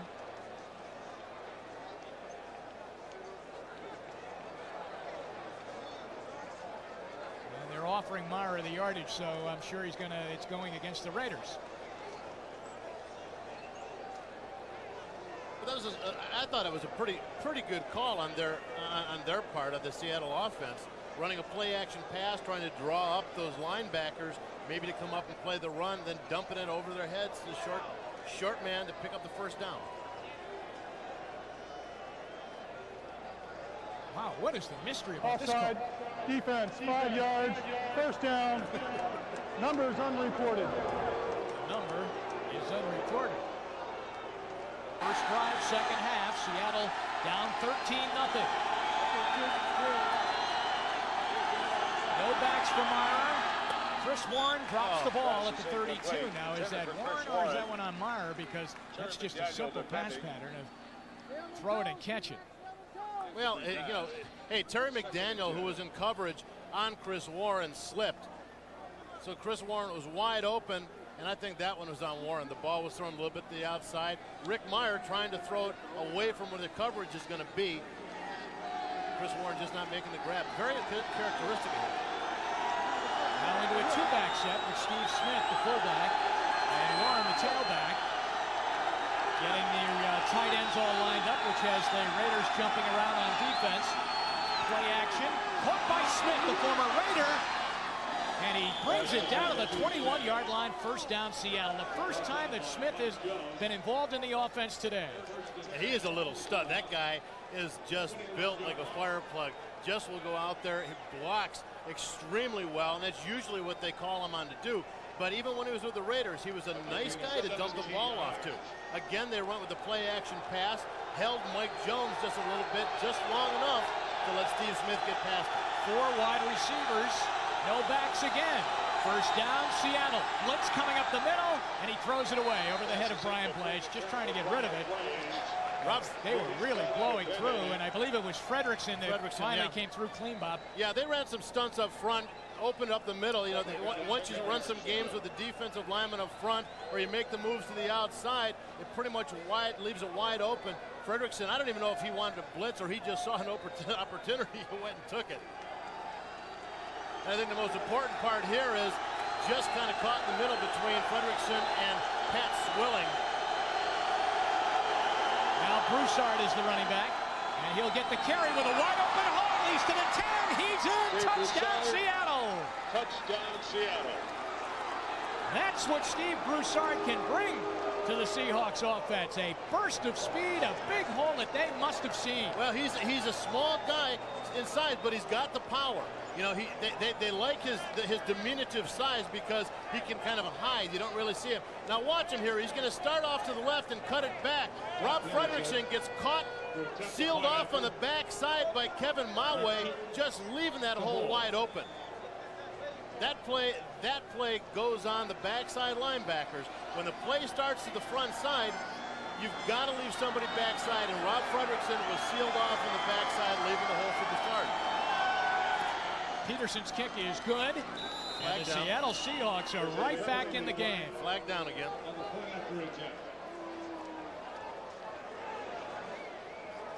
And it goes against the Raiders. They're going to decline it, take the kick. 22-yard touchdown run. 12 men on the defense. The extra point is good. The penalty is enforced on the kickoff. 5 yards. That's right. Mark it off on the kickoff. Seattle's back in the game. 13-7. We'll be right back. And we'd be remiss in not mentioning that the music for NBC this year, done by composer Randy Edelman, out of my neck of the woods out in Los Angeles. Some phenomenal new music. Todd Peterson kicks away after a 65-yard touchdown drive. The Rocket takes it right on the goal line for the Raiders, and he's got a big lane on the outside. And is out at the 39-yard line, 38-yard line, back of one. First down for the Raiders there. Tonight it's must-see TV, NBC Sunday. Brand new night of comedy for you. First at 7, 6 Central, it's Joey Lawrence in Brotherly Love. That's followed by Minor Adjust 2 yards, and he looks like he's getting worked on. He might have a cramp. They're rubbing out a cramp on his calf. And they're also sewing up the back of his jersey. First and 10 Raiders now. Leading by 6, 13-7 to score here. Third quarter, their first possession. Glover, the tight end, catches it. He's out to the 41-yard line. Carlton Gray on the coverage. Well, you know, you look at the possession here, and I talked about this coming out of the half. Where they started off their drives, the 50, the 47, the 48. The beginning, they had some great opportunities field position-wise that they really didn't capitalize on. They got some field goals, but just didn't get the points that they had been getting the last couple weeks. As they did in the second quarter, the Raiders do not use a huddle. Right up to the line of scrimmage. Harvey Williams trying to get the first down. He got a nice block on the outside. He's got the first down. Goes up and see Daisy. And when he landed, and it was a pretty landing, he had a Raider first down. Eugene Robinson, I think, was the guy that tipped him over. Yeah, he did there. Nice block on the outside there. And the support people, Eugene Robinson, Corey Harris, just didn't get up into the line of scrimmage like they should have to shut that play down. Now the Raiders in Seattle territory at the Seattle 49. Hostetler to the middle. There's Glover, the tight end. Robinson brings him down, but not before he's got big yardage to the Seattle 25. Great protection on Hostetler. Wide open to Andrew Glover right over the middle. Tell you what, they love spreading this ball out to all different receivers. Defensive coordinator McMacken on the sideline for the Seahawks. First down, 25-yard line now of Seattle. Plenty of time for Hostetler, looping it for Brown. Eugene Robinson was there to contest that play right at the goal line. Yeah, Corey Harris taking him down the sideline, but Eugene Robinson giving him coverage over the top. Great timing. You can see it here breaking to the outside. Corey Harris following up at Eugene Robinson. Corey knows that he's got the coverage over the top. Eugene Robinson making a nice play on the ball. Again, no huddle. As you check the scores right now that have happened this afternoon and games that are still going on. And our score 13-7, Raiders. I'm telling you, Jim, this is very difficult for a defensive coach, defensive coordinator, when you're facing a team with multiple formations and multiple fronts. You're in a situation where you have to, in the no-huddle situation, you have to keep the same people on and try and mix in different coverages to cover the variety of that offense. It's a difficult job. Raiders complaining, I believe, a little bit about the clock.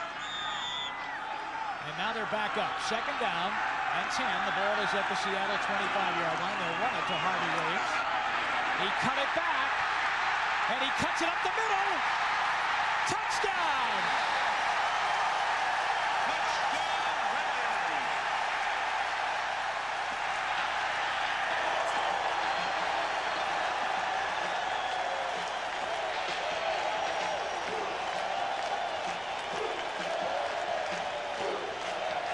Touchdown, 25-yard touchdown run by Harvey Williams.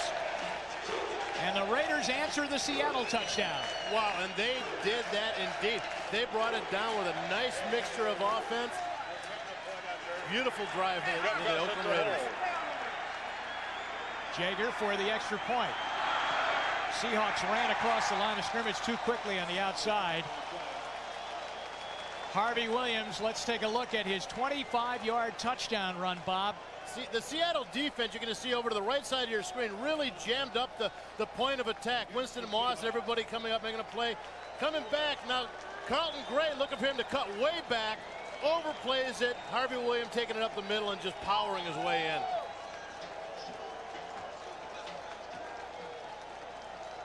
Check out that flag now.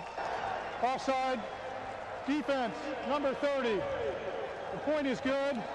5 yards will be enforced on the kickoff. And we'll be back 20-7. You're watching the NFL on NBC. Williams, you see, getting a little rest after a incredible touchdown run to put him up to 100 yards for the day so far. 13 rushes, 100 yards, and 1 TD. And you know, it has to be a lonely feeling. We've seen it twice on Tim Brown's run and now the run by Williams. That Seattle secondary is forced to make a one-on-one open field tackle against a guy that's got a full head of steam, and they haven't been able to do it twice. Jager kicks away. Broussard, who scored the Seattle touchdown, will take it from his own 5. There is no room on the sideline. He runs out of bounds and got knocked down. Runs out of bounds at the 25-yard line. Over there to knock him out was James Trapp. Well, a great play like that. Let's take a look again. Now, the Seattle defense, over-enthusiastic. The backside backers overrunning, not sealing the backside. Watch the block here by Rocket Ishmael on Raphael Robinson. Right there opens that middle up. Harvey Williams makes the cutback that way and just powers his way with a stiff arm through Eugene Robinson. Harvey Williams, yeah, used to do that as a Kansas City Chief at Arrowhead Stadium when he would score, and now taking that routine here to Oakland. Didn't he steal that from Neil Smith? Yeah, that's right. Neil Smith was the guy that used to give you the big Sultan of SWAT swing. Seahawks must answer again. They run the ball to Chris Warren, and Warren's out to the 29, brought down by Terry McDaniel, and Mike Jones actually tripped him up in the hole, and it will be second down. Well, Mike Jones, I talked to the defensive, a couple of the players before the game. Fox, the defensive coordinator, also said that Mike Jones is probably the biggest surprise, or not the biggest surprise so much as the biggest thing that they love on that defense at linebacker. He has come out and played hard in the run, man to man. They love the way this kid is playing. 2nd and 7, wide open Warren for a first down. He slips through a couple of tackles. Eddie Anderson, the safety, brings him down. He's out to the 43. That's a first down for Seattle, and suddenly a game that had no points in it through most of the first half looks like it might be a shootout here in the second half. And also a game that had inconsistent offensive performance on both sides of the ball. Really starting to move the ball well. Rick Meyer starting to look more comfortable after he had a bad start here in the Oakland Alameda County Coliseum. First down. Warren runs off one hit. See, that's a good running back when they slide off a tackle and look at them. And they might pick up 1 extra yard, maybe 2, but that's why they go for 1,500 in a season. Right. That's it. Hey, nickel and diamond. You keep getting those extra yards. That time he went right up the middle. Mike Jones came up to make a hit, and Chris Warren just busted the tackle. You can see Mike come up too, and then he just broke that for the tackle of Beaker. He must have gone through about 6-7 guys, carried a couple with him.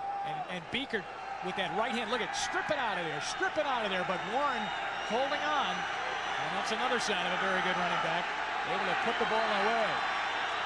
2nd down and 5.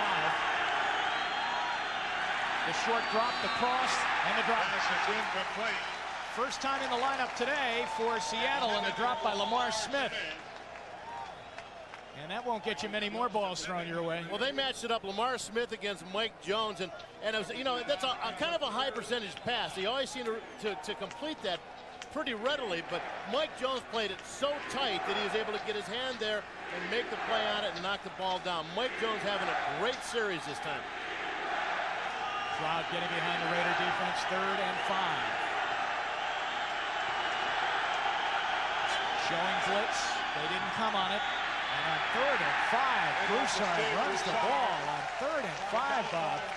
Out to the Raider 49-yard line, and they are well short of the first down. They'll punt it away. And plus, they didn't go to his strength. His strength is a cutback. He is so quick and so speedy when he breaks it back. He just went to the front side, stayed there, and Rob Fredrickson has made a nice hit on Broussard. Back to receive. There's Rick Tootin. Both punters, Tootin and Gossett, have been very busy today. Tim Brown waits.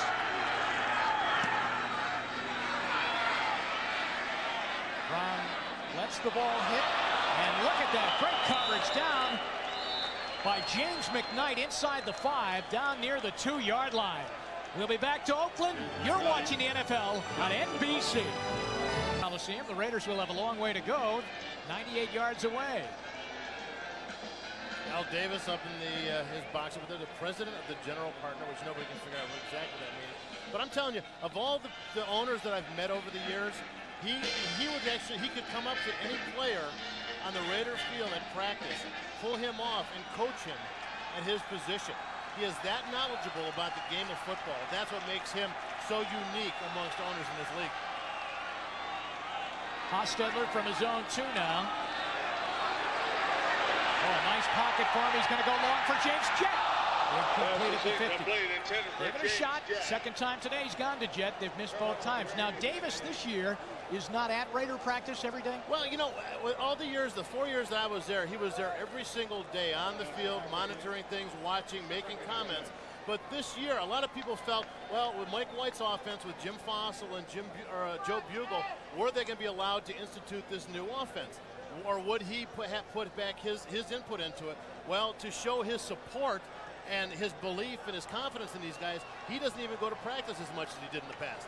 2nd down and 10 after the incompletion, the long incompletion. And from their own 2. The Raiders look. Hobbs has it. Harris tackles him, but they get a first down. And the ball is out near the 13-yard line, out near the 14. Great catch by Hobbs. They've gone to him quite a bit today, you know, with guys like Tim Brown and James Jett, and here we see Jim Fossil, the quarterback coach, but he also was the guy that's pretty much in charge of putting together the passing side of this Raider offense. So Davis might figure that things are in very good hands with the team of White and Bugle and Fossil. First down Raiders. Hostetler throws it short. That will be for virtually no gain at all. Terry Wooden is on the coverage of Andrew Glover, the tight end, after he makes the catch. As I don't know if initially when Hostetler pulled that ball back, if that's the guy he wanted to throw it to. It looked like he was looking to throw deep once again, because they still feel that that's a big part of their offense, the long game. But the short stuff has been so productive for them and has actually opened up the long game for them again. Harvey Williams gets the corner.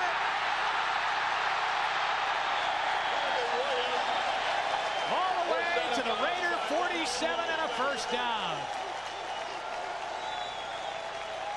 Well, Jim, he did not have much of a corner there. They strung him, watch as he goes to the right side of the screen here, they strung this Winston Moss coming up. Eugene Robinson strung it about as wide to the sideline as they could. He found that spot, beating Wooden there, and just finally being stopped by Raphael Robinson. What a great play, great speed at able to get to that corner and turn it the way he did. An injured player over there for the Seattle Seahawks as he came up injured, Tony Brown. And so we'll check on him. Right now, you're looking and watching the NFL on NBC. That run by Harvey Williams. Then the main one coming by Tim Brown on Tony Brown. Just really opening up that corner for Harvey to be able to turn it upfield and break it. And look at the numbers that Harvey's put up today. 14 rushes, 130 yards. He is having a career day. The touchdown was a 25-yard run. Napoleon Kaufman is in the Raider backfield for the first time in a long, long time. Hostetler in trouble. Cortez Kennedy can't put him down. So now he just throws it away. Cortez, you had a sack there. Wow. Just couldn't get a hand on that jersey and bring Hostetler down. You know, there's so much is put on Cortez's shoulders to be the guy. Look at the move he puts on Dan Turk there. One quick move, but the strength and the awareness of Jeff Hostetler allowed him to fight through that. I'll tell you what, Cortez is huge. Somebody that big gets a hand on you, it is hard to keep him falling down, but Hostetler showing great strength. 2nd and 10 from their own 47-yard line with 4:19 to go here in the third quarter. The Raiders go right back to Harvey Williams with a flag thrown as he gets into Seahawk territory down at the 48, but we'll check out the flag. It was as soon as the snap was taken.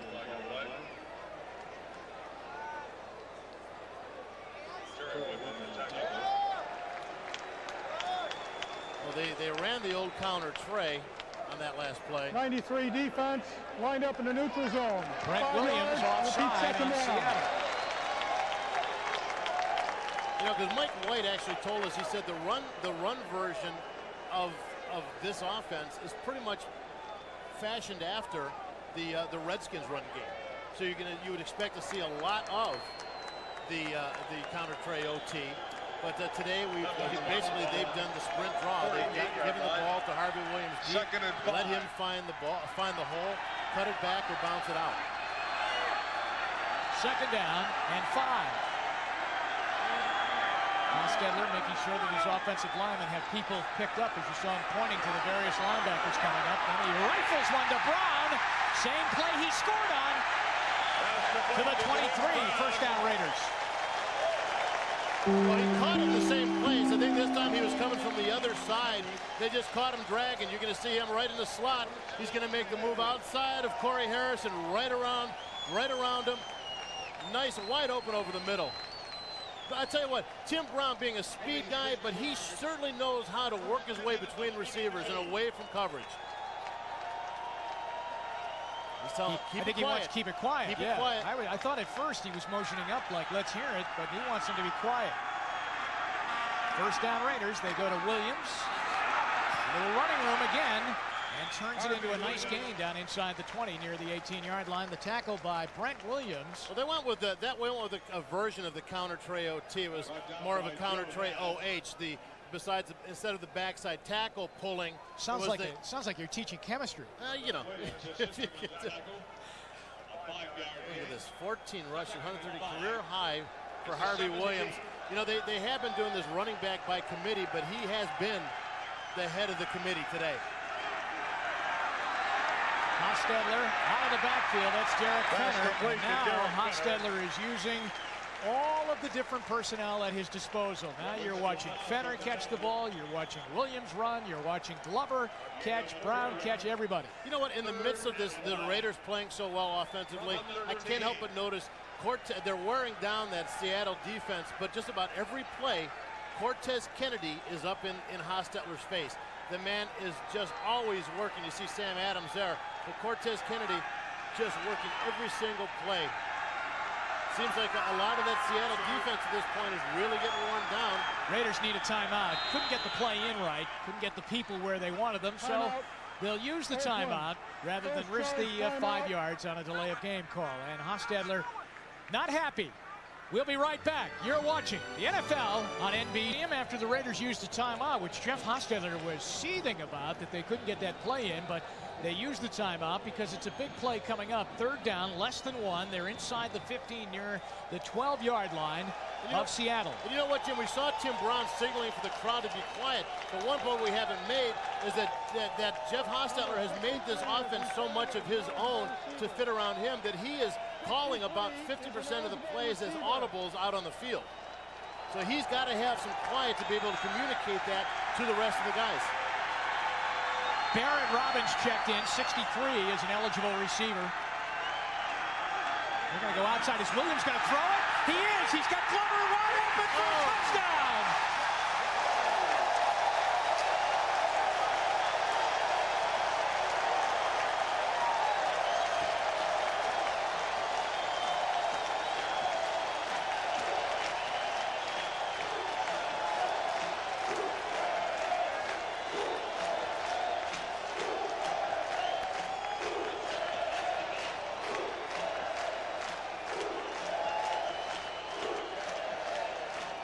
Andrew Glover catches the pass from Harvey Williams. And now, yes, Harvey Williams has had the complete day. He's hitting for the cycle. Jager's kick is good, and the Raiders have opened it up. Bob Golick, 27-7. What a fantastic call on 3rd and 1. Now they had a line like it was going to be a short yardage run. Watch Glover on the right side of your screen. Watch him on the ground, chopping the linebacker, pretending like he's down and out of the play. He gets up and just walks away from these guys. It's a weird play, and it works every once in a while. You come out, you fire at the guy down, you fall down to the ground. Everybody feels like, hey, he's on the ground, he's out of the play. And all of a sudden he's open, and Jeff Hostetler just can't believe that it worked. Look at the look at his face. He's saying, I couldn't throw it better myself. And that was a great throw. I mean, Glover did such a great job, but what a day for this guy. Harvey Williams, over 100 yards rushing, highest day rushing as a Raider, a 25-yard touchdown run, and now a touchdown pass. Jim Fossil upstairs, the man that probably triggered in that play from up top after they called that timeout. Andrew Glover doing a great job of selling it, though. That really made that. Sold the block well. Linebackers loosened up on him and wide open for Harvey. He had to be wide open. Harvey doesn't have the strongest arm in the world. Kind of lost it. Corey Harris. We'll have to wait and see. Maybe Harvey will be kicking field goals in the 4th quarter. Corey Harris makes the catch at his own 5. And he runs it back to the 31-yard line where he's brought down by James Folston, who does the chase and makes the tackle for the Raiders. Now next Saturday, Damian Sand. 1st and 10, ball is out over the 30. Seattle now down 27-7, and Myers got to go up top a lot. He got hit as he threw. That's going to be picked off. It's McDaniel, and he's at the midfield stripe. Pat Swilling. Pat Swilling made the hit. And Pat Swilling is standing down there with his arms up in the air. He was excited. Watch him come in the left side of your screen, making a nice underneath move, and boom, hitting Meyer, just the ball floating up in the air, not a receiver around. Terry McDaniel, who had 7 interceptions last year, 3 for TDs, right there to make the almost a punt return. Well, at 27-7, they know they've got to throw, so they're licking their chops. After the interception, illegal block, 54 on the return team, 10 yards. 1st down. Now that was after the interception, the penalty on Beaker. What does he know? He's not a blocker. Yeah, but they just teed off. It looks like Meyer has an injured hand. Looks like he's really in some pain as he rocks over.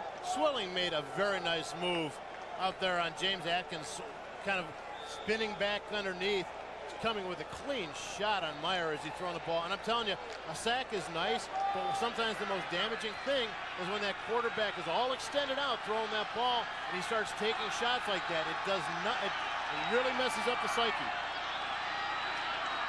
From their own 40, they'll let Napoleon Kaufman carry it.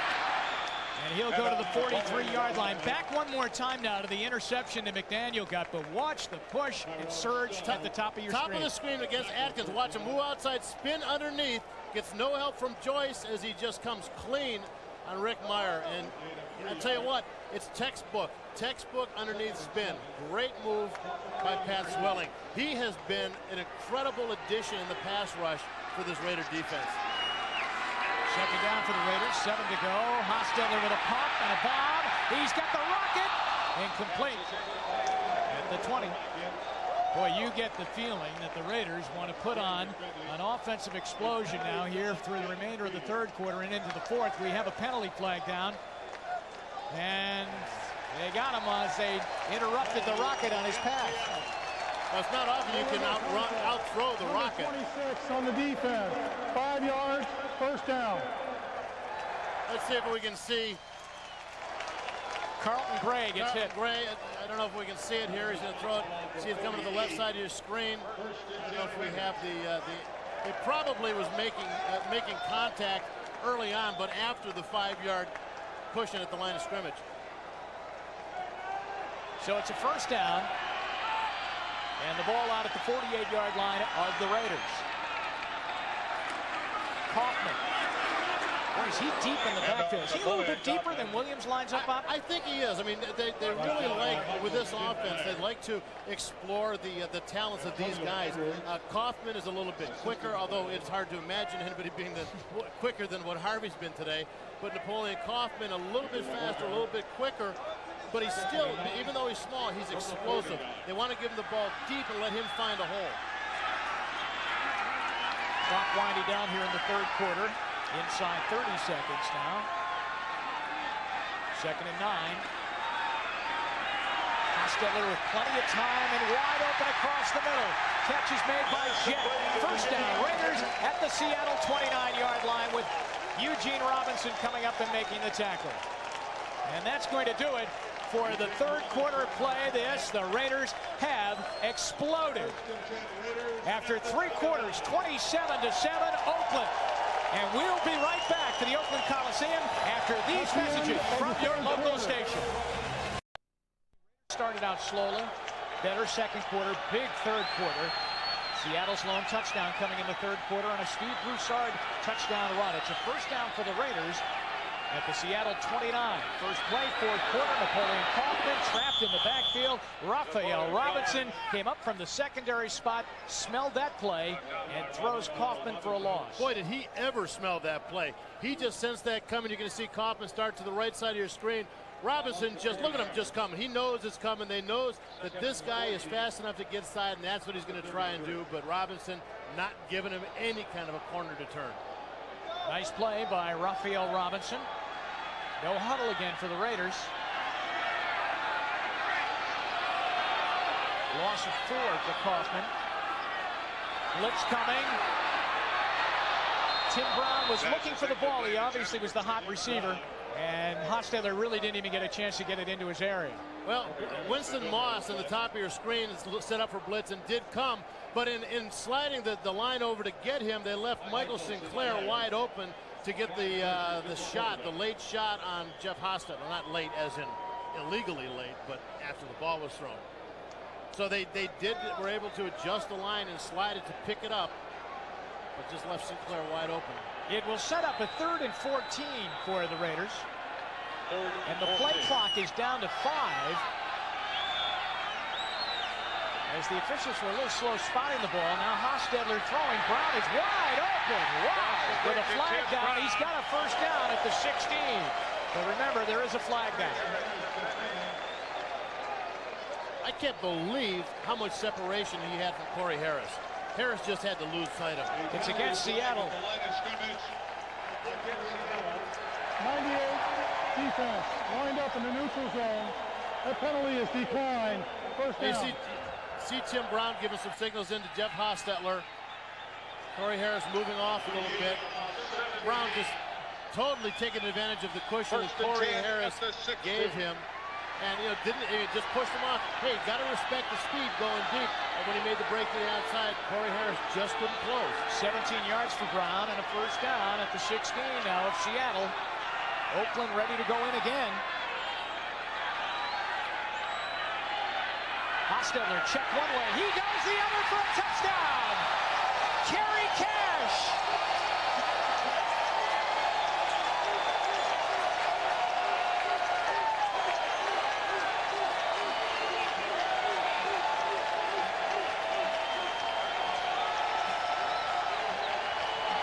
Jim, once again, they are all over the field throwing to receivers. Hostetler throwing looking to the one side, throwing to the middle. He's looking left, pumping a couple times and throws all the way back over to the right to Kerry Cash. Pulls it in.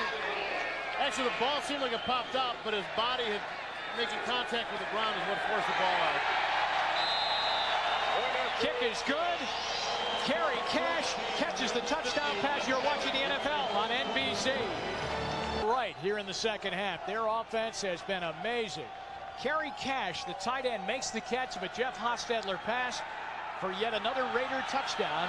Steve Broussard will take the Jaeger kickoff for Seattle. And he slips through to the 32-yard line. Watch the touchdown pass again. You want to talk about mechanics, the mechanics of the progression. Watch him here. He's going to read Tim Brown in his first read. Glover is his second read. Both guys covered. Third read thrown back to Cash over on the right-hand side. Perfect throw by Haas. Great. Obviously very excited, but you talk about the perfect mechanics of reading that progression of receivers. Tim Brown, number 1. Glover, number 2. Both guys covered. Boom. Back to Cash. Cash and Glover now each have touchdown catches today. Both tight ends. Here's the handoff to Chris Warren. Warren with running room. Warren, a good run. He's down inside Raider territory to the 46. Let's check in with the New York right now. And here's Greg Gumbel. Jones on the tackle. All right, Jim, in Miami, it's not quite over yet. Jim Harbaugh, for the second time today, hooks up with Floyd Turner. This one good for 47 yards. The Colts trail by a touchdown, 24-17, 4 minutes and change remaining at Joe Robbie Stadium, Jim. Thanks, Greg. Oakland leading here over Seattle, 34-7. And after a nice run by Chris Warren, Seahawks have the ball in Raider territory, and Warren will get more good running yardage. And he pushes forward down inside the 36, which should get him a first down. Now, we talked about what they're trying to do with this offense, how they're trying to open up and make it more like the West Coast style, which seems to be what the Raiders are doing, but they have had to go back to Chris Warren because that's what's working. Look at this guy, dirty, bloody, beat up, but just keeps working. He is without a doubt the most underrated running back in the NFL. You got to admire this guy's heart. He comes out for a rare time today. First down, Seattle. Look at McLaughlin come across that line of scrimmage as Meyer was checking off the play. Change of play. Meyer's going to go long. Incomplete. Intended for Brian Blades down inside the 5-yard line. Well, he looked over, and I guess he saw the Blades was lined up one-on-one or matched up one-on-one against Terry McDaniel, but the way Terry McDaniel's playing, why would you want to go there? I know Brian Blades is a great receiver, but you know when you're working up against Terry McDaniel, that is not a high percentage throw. And now they've gone a little bit away from Galloway. We haven't seen him throw to 84. Joey Galloway, he's at the bottom of your screen there on 2nd and 10. Rob Thomas checks in. He's inside Galloway as a wide receiver. Second down. Here's Meyer, and now they're going to go to Galloway. He comes back, and what a catch by Galloway for a touchdown!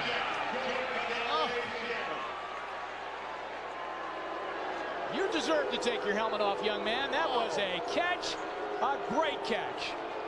Watch Galloway on the outside here, working up against Albert Lewis. Just beats him down. But look at the awareness of what the ball is. He just totally wasn't even aware of Albert Lewis. All he knew is that he knew where the ball was going.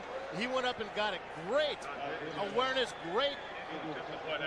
The guy has done it all for a young guy coming in. Especially how many times you see these great wide receivers coming out of Ohio State. Woody Hayes has just would be amazed at this point. What a beautiful catch by Galloway. Todd Peterson for the extra point. And Seattle comes right back down the field and they score. It's 34-14. You're watching the NFL on NBC. Can't describe this. Just watch the talent and athleticism. Joey Galloway going up over Albert Lewis. And the determination to get to the goal line. And the amazing thing, Jim, he got up, put the ball down and said, just like business as usual. A very mature young man. I am just spellbound by that catch, Bob. That was a great catch. 34-14. But look at his face, Jim. He knows that they're still losing. He can't even enjoy that. Oakland in the lead. Here's the rocket from his own 2. And Ismail will bring it out to the 24-yard line. Sunday's top comedies, Mad About You and Hope and Glory in the 4th quarter. And the Oakland Raiders, 4-1, ready to claim victory number 5 here this afternoon. Put the pressure now on the Kansas City Chiefs to keep pace with them in the AFC West. The Chiefs play tomorrow night against San Diego. And Jeff Hostetler is just having a ball with this offense. Harvey Williams changes the direction of the play. He gets away from one tackle. There's a flag thrown in the direction of Ismail. As he brought it out over the 40, but we'll check the call. they're saying it. Ismail is saying that it's against Seattle, and it is. Yeah. No, it was a hold against Seattle. What an amazing run, though, for Harvey Williams. 21 defense, illegal hands to the face. 5 yards from the end of the run, first down. Let's see if we can see where this is. The bottom right part of your screen there, you're going to see Rocket. 18 yards on the run. There, yeah, see right there, grabbing the face mask. Penalty, first and 10 Rocket with a heck of a block. Boy, that was a great block. Man, Raphael was just holding on, just not to fall down. It's a first down to the 47 now. Harvey Williams again. Oh, he's just feeling good. I mean, he's making everybody miss on him. And Sam Adams converges over there to make the tackle along with Williams. Brent Williams there too. Sam Adams on the tackle. You know, I'll tell you what, we keep talking about Harvey Williams, but we also have to mention that front line, that offensive line for the Oakland Raiders, a big bunch of guys. They've had some injuries with Don Mosbar out. Our best wishes to him in his recovery from the eye injury that he had in the preseason. Gerald Perry out. They've really come together, and they're a big, strong, powerful group, and they're doing a great job here today.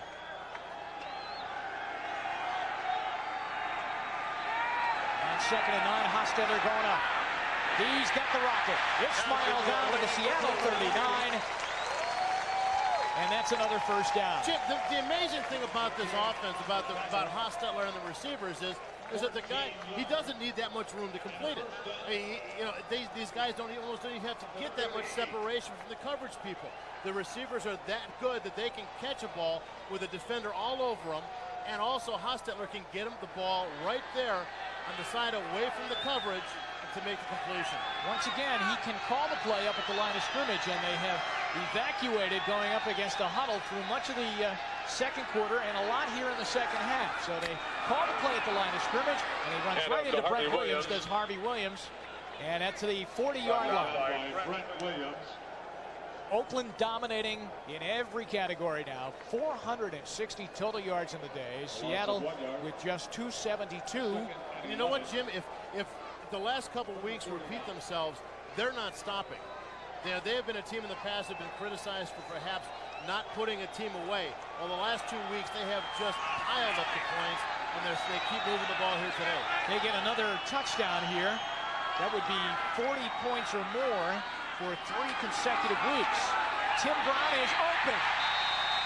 Hostetler threw the ball to a spot, and Brown turned around, and it was right there to the 26-yard line and a first down. You know, with the speed of the receivers, too, these defenders, Corey Harris just really respecting that, giving him a lot of cushion, and Tim Brown making the break. He knows exactly where the first down marker is, and Hostetler and Tim Brown have worked together so long that Haas knows that Tim will be there almost every single time he lays the ball out to an area. Again, no huddle.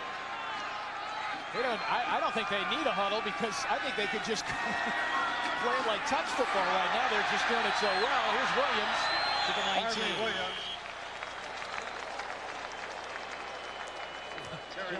You know, the cutback was there, but the thing we got to look at again, Rocket Ismail had a block going on Carlton Gray. Once the back broke past him, he busted off of that and went in to make another block on Raphael Robinson.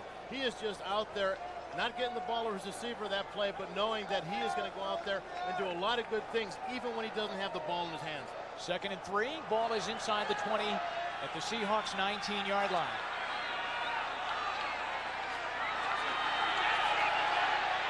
Williams in the flat, and he ducks under a tackle this time. He got under Winston Moss and brings it down near the 11-yard line. Well, here's another look at Jim Fossil, part of the three-headed monster that's running this offense with Mike White, Jim Fossil, and Joe Bugle. But Fossil, you got to believe that the way that the pass is such an integral part of this offense and really sets up the run, loosens up the defense where the run can be effective. So what a great chemistry they put together in this offensive scheme. Once again, the Raider offensive lineman asking the crowd to keep it down. Play clock is down to 4. They give it to Kaufman. He's going to bounce it to the outside, back inside. Boy, that's exciting. Down to the 8-yard line. Carlton Gray hit him along with Eugene Robinson. The crowd was chanting because they want them in that end zone once again to go up over the 40-point mark. Jim, I'm telling you, it is difficult as a defense when a guy starts one direction. It's easy for a team to kind of pursue and defend one part of the field, half of the field if you know he's running one way. But if a guy like Williams or Kaufman has the ability to bounce it back that dramatically, you stretch that defense all over the field and opens up a lot of big holes. Once again, if they get a touchdown here, they'll be at 40 points again for 3 weeks in a row. Hostetler, all kinds of time. And he'll throw it into the seats. Pass is incomplete. And that's the only way he throws an incompleted pass. They're booing here because a fan couldn't hang on to the ball. And believe me, that's the only person wearing black and silver that hasn't hung on to the ball today. Well, you know, that fan hasn't had much time to work with Fossil and the rest of the guys on the timing of the routes. So what do you expect? Watch him again. He's right up in the runway here. He's going to come to the fence. He runs a nice route. Oh, and then he short-armed it, Bob. He did. He just didn't want to reach out for it. Probably had to set his cokes down real quick and just making his way back to the seats. It's 3rd and 7 for the Raiders inside the Seattle 10. He's going to scramble. He's not going to get out of there this time. That's Joe Nash that brings him down at the 10-yard line. By Joe Nash. And so they'll have to settle for 3. Well, he was flushed out by Antonio Edwards, who's come back in now, coming off an injury. You can see him working on the outside, making a nice inside move that we saw Swilling do before. Joe Nash on the line of scrimmage going to clean up. But good pressure up front. And I'll tell you what, when you've got the short field to work with, the secondary and the linebackers had nice coverage because Haas had nowhere to throw it. Edwards limps off again. Not a good sign. He's been nicked up so far this year. From the 18, a 28-yard field goal. Jagger is no good. Jagger's going to contest it. He says it went over the upright and was good. But from inside the 20-yard line the official says no good. Jagger's first miss. He is not happy. He is going after that ref. And they'll get the ball, Seattle will, at the 20-yard line. Jeff Jagger is not your shrinking violet at kicker. We'll be right back. This is the NFL on NBC. Here in Oakland with 6:19 to go after the missed field goal by Jeff Jagger. It's 1st and 10 at the 20. And a good run by Steve Broussard, and he goes out to the 29-yard line. Now here's a reminder that following the game on most of these stations, it's must-see TV NBC Sunday. First, it's Brotherly Love and Minor Adjustments. Then it's a big new Mad About You, followed by Hope and Gloria. The night's topped off with the Sunday night movie, Captain Ron. So viewers on the West Coast will see these shows at their regularly scheduled times. Rick Meyer throws across the middle to Brian Blades. Albert Lewis stepped in front, got his hand on it, and knocked it away incomplete. It was Lewis. I don't think you could say, it would be improper to say he got burned on the Galloway touchdown, wouldn't it, Bob? No, you know, on the Galloway touchdown, I think it was more Galloway's speed that Albert Lewis really had to struggle to try and keep up with him. Didn't allow him to look back and focus on where the ball was coming and let Joey Galloway do all the work to get the reception. 3rd down, less than 1. Raiders were in fast on that play. No flag is down as Broussard will not get the 1st down. Pat Swilling. Eddie Anderson in the stop. Well, they're just, I mean, that whole team, offensive and defensively, are just getting off now. They're coming up front, just hitting all the gaps, taking away any kind of a run lane. They're going to go for it. They're going for it on 4th down. You got to. What are you going to do at this point? You either got it or you got a chance. Are you worried about the Raiders scoring another touchdown? Well, it's not 4th and 1 now. It's about 4th and 3. Blades in motion. Meyer throws. Blades has it. That's a 1st down. And he's out to the 36 of Seattle, where he's brought down by Eddie Anderson. Very surprised that they haven't done more of this play. Just a quick slant. You can see him looking over to the right side of your screen. Just a quick slant into Blades. And Blades, is probably their best, or has been in the past, been their best possession receiver. As you see the scores on your screen down in Miami, Indianapolis has tied that ball game up. There's Myers sacked. Andre Bruce got him.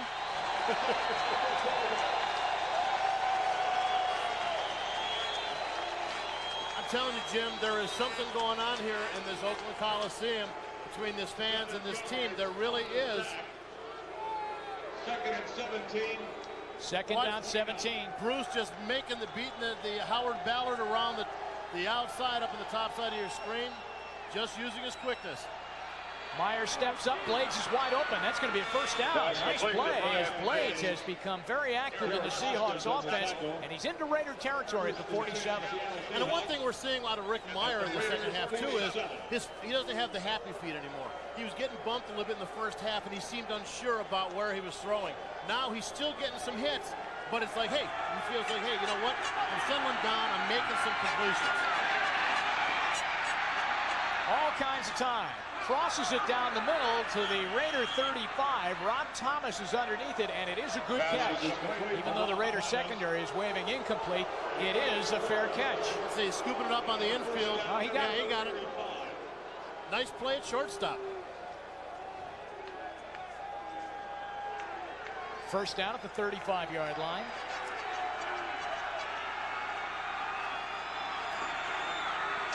Meyer pumps another one in there, and it's Pass caught. complete to Brian Blades. Well, I tell you, he is throwing into some coverage, too. There are some Raider defenders around there to make a play. A gain of 8 yards. Second and 2. 8 yards on the play, making it second down and 2. Clock is running, 3 minutes and 14 seconds remaining here in the fourth quarter. Raiders by 20. Broussard will get a first down inside the Raider 25, down near the 24-yard line, brought down by Rob Fredrickson. Now there's a little fight here between Broussard and pick up the Raider there that's trying to get in there. James Trapp. Must have been trying to steal the ball away, huh? So well, you know, on this side, at this point in the game, I mean, Seattle's got to be a little frustrated. They're having, you know, flashes of success. This drive, obviously, a very nice one for them. Here comes Trapp on a blitz. Meyer got away, then tried to shovel it to Broussard, and it's incomplete. Broussard just wasn't ready. He just did not see that one coming. Let's check in right now with Greg Gumbel once again in New York. All right, Jim, in Miami, the Colts have come all the way back from a 24-3 halftime deficit. 3 TD passes by Jim Harbaugh. This one, 21 yards to Aaron Bailey. And the extra point has them tied with Miami at 24-24. But the Dolphins have the ball in Indianapolis territory. Half a minute to play in regulation, Jim. All right, thanks, Greg. What a nice comeback by the Indianapolis Colts. Meyer wide open. Blades. Oh, what a hit by Derek Hoskins. And Blades isn't getting up. Jim, Blades has taken some hits on this drive. He's been pretty much throwing into coverage and taking a lot of shots. You're going to see Hoskins come up and just make a nice shot.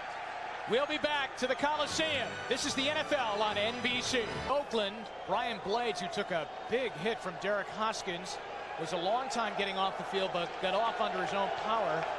And here right now, it's 3rd and 10 for the Seahawks, trailing 34-14 with 2:29 to go in the ball game. Rick Meyer with a flag down is going to be tripped as he was running out of the pocket at the 24-yard line. But there is a flag down. While we check that call, we'll tell you that the Miami-Indianapolis game is headed to overtime. Offside, 56, defense. Pat Swilling was offside. Pete Stoyanovich missed the field goal right at the end of regulation time, so heading to overtime, 24-24. 54-yard field goal. Very, very well put. Speaks for itself. And time permitting, we'll go to then join them in the overtime of that ball game, if it's still going on, unless they have a quick winner there in Miami. 24-24. That's quite a game between the Colts and the Dolphins. Here's Rick Meyer on 3rd down, and he's going down. Jerry Ball is on the bottom of the pack, and he's got Meyer and brings him down. It's 4th down, and of course they'll go for it. At this stage of the game, down by 20. Now Rick Meyer at that time just figures he'll find a little open space up the middle and squeak up, but Jerry Ball really closed down the center of that line. 4th down and 7. They didn't get the playoff. Wow, 4th down with 2 minutes to go here in the ball game. We'll be right back. Golick is going to get married probably in February, and I'm getting married to that girl, Karen Boffman. Hey, baby. You know, the sad thing is the Raiders keep playing like this. She may get that Super Bowl ring that I never got. Karen Boffman, my fiance. Rick Meyer with 2 minutes to go, and the catch is made by Rob Thomas. He dives at the goal line, and let's see, are they going to give it to him? No, they're going to stop him down just shy of going in for the touchdown. Let's go to New York right now. Greg Gumbel for an update on the Dolphins and the Colts. All right, Jim, you talked about them going to overtime. It almost wasn't the case with 12 seconds to play. Stojanovic from 49 yards out just missed it to the left. They're in overtime. The Colts won the toss. They have the football tied at 24, Jim. Thanks very much, Greg. Here in Oakland with 1:46 remaining. Eddie Anderson is shaken up on that last pass play to Rob Thomas. 34-14. The Raiders set to go to 5-1. Seattle will drop to 2-3, but they're just going to try and get in one more time here before the afternoon is done. And the Raiders will remain undefeated here in Oakland. In overtime, and once again, time permitting, we'll send you along to the overtime of that great game between Indianapolis and Miami. Now in overtime at Joe Robbie Stadium, as the Raiders have this one well under control. Ball is inside the one. It is 1st and goal after the Thomas catch. Meyer. They're not going to get her. We got hit back at the 2. It's Chester McLaughlin. Now, Jim, look at the problem. Look where the offensive line for the Seattle Seahawks are. They're about 1.5 yards back from where the ball started. It just goes to show Chester McLaughlin, Jerry Ball, and the rest of those guys up front are just driving through those gaps. It's Smith, the fullback, Warren, the tailback. 2nd down and goal. This time Smith bangs left side. He's not going to get there. It will be 3rd and goal. Well, you know the Raider tradition. There's always been a lot of pride in this defense. And right now, regardless of what the score is, they are not going to let them in if they can help it. Timeout is called for by Seattle with 1:11 remaining in the ball game. Crowd is urging their defensive guys on to hold them out of there. Don't let them get in. For a group that's just getting to know each other again, and I mean the Raiders and these Oakland fans, they seem to be getting along famously. You know, a lot of people talked about how much of a factor they're going to be, Jim, but you know, I had to wonder after all those years if it was going to really be so, but we have seen the relationship develop today. Now the AFC West, we can take a peek at that because Oakland's going to win here today. They'll go to 5-1. Kansas City will play San Diego tomorrow, so the Chiefs would need a win to keep pace. Seattle's going to drop to 2-3. Denver is 2-3. Now, right now, Oakland is the team that really has momentum. We'll have to wait for the Monday night game to see if anybody else can keep up with them. 3rd down and goal after being stopped twice. From inside the 1. They're going to go wide this time with Ballard leading the way. They didn't get there. Albert Lewis.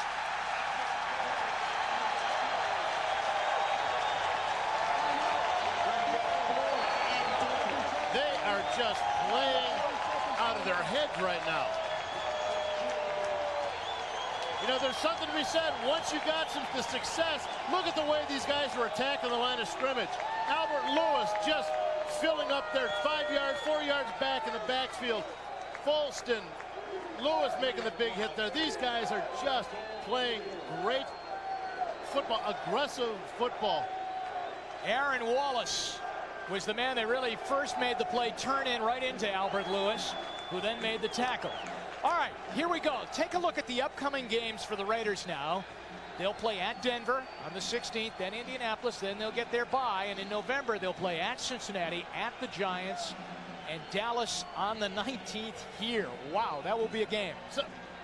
So Jim, looking at that schedule, the Denver game at Denver is always a rough one for them. So we'll have to see how that game develops. But the rest of the teams until they get to Dallas, you know, are for the way the Raiders are playing, are beatable. Although when they get to Dallas, it's going to be right after the 49er game, so there could be some attrition from that game. 4th and goal from inside the 5. Meyer, pressure, intercepted by Mike Jones.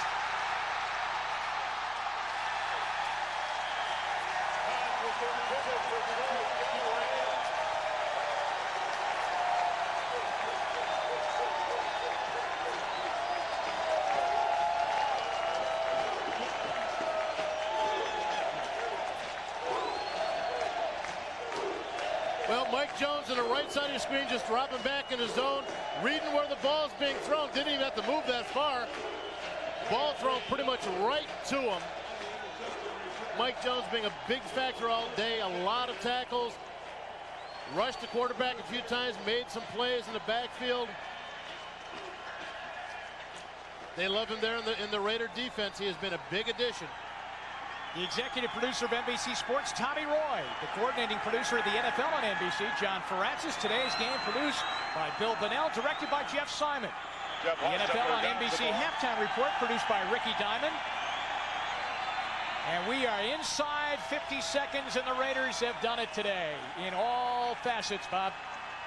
And yes, they are very much for real in that AFC West. You're right, Jim. They're such a balanced team. You know, we expected to see their running game develop. I don't know if anybody expected to see Harvey Williams explode the way that he did today. We are going to send you along to that overtime game at Joe Robbie Stadium in Miami. They are in overtime, the Colts and Dolphins. So hang in there, because that's going to be a great finish. As the Raiders are in victory formation, that will do it. They don't have to run another play. The game will end. The Raiders will win it by 20, 34-14. The Raiders will go to 5-1. Jeff Hostetler with a complete effort here today.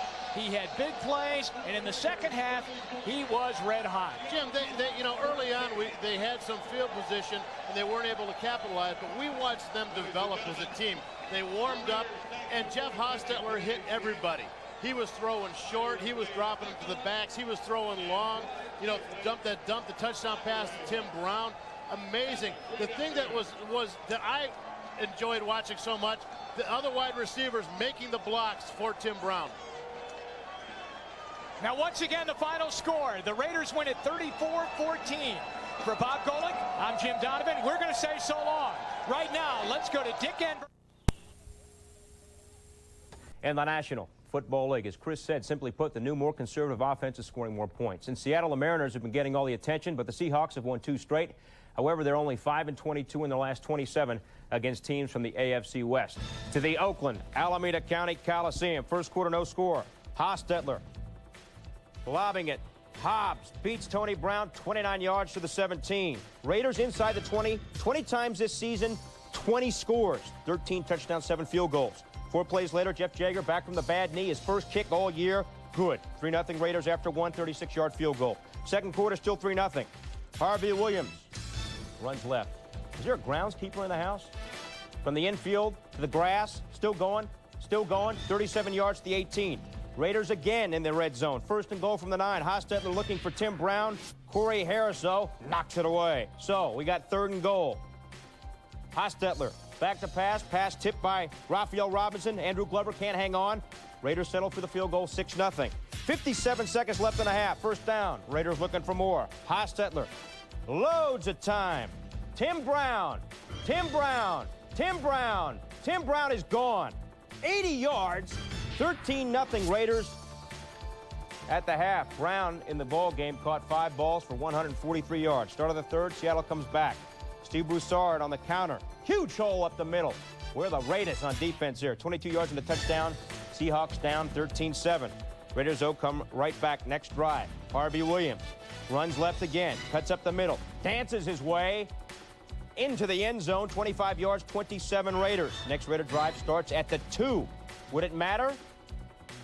Well, Hostetler to Hobbs for 12. 2 plays later, Harvey Williams sprints around the left corner. Look at Javi go 31 yards before finally he's pushed out of bounds. 3rd and 1 from the 13. We got Hobbs to Williams. Look at that. To Glover for the touchdown.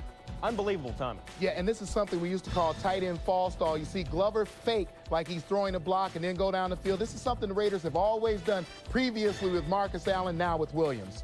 Seahawks down. Meyer hits rookie Joey Galloway. Oh, great grab and a touchdown. Seahawks down 34-14. Late 4th, under 2 minutes. Seahawks driving. Meyer looking for Galloway in the end zone. Mike Lewis intercepts. And the Raiders roll. 34-14 is your final. The Raiders have won 10 of 11 now in the series. Williams, 19 carries, a career-high 160 yards. Hostetler, 20 of 33, 333 yards. In the last 3 games, Oakland has outscored the opposition, get this now, 129-41. Earlier this week, the Pope visited the Meadowlands Sunday.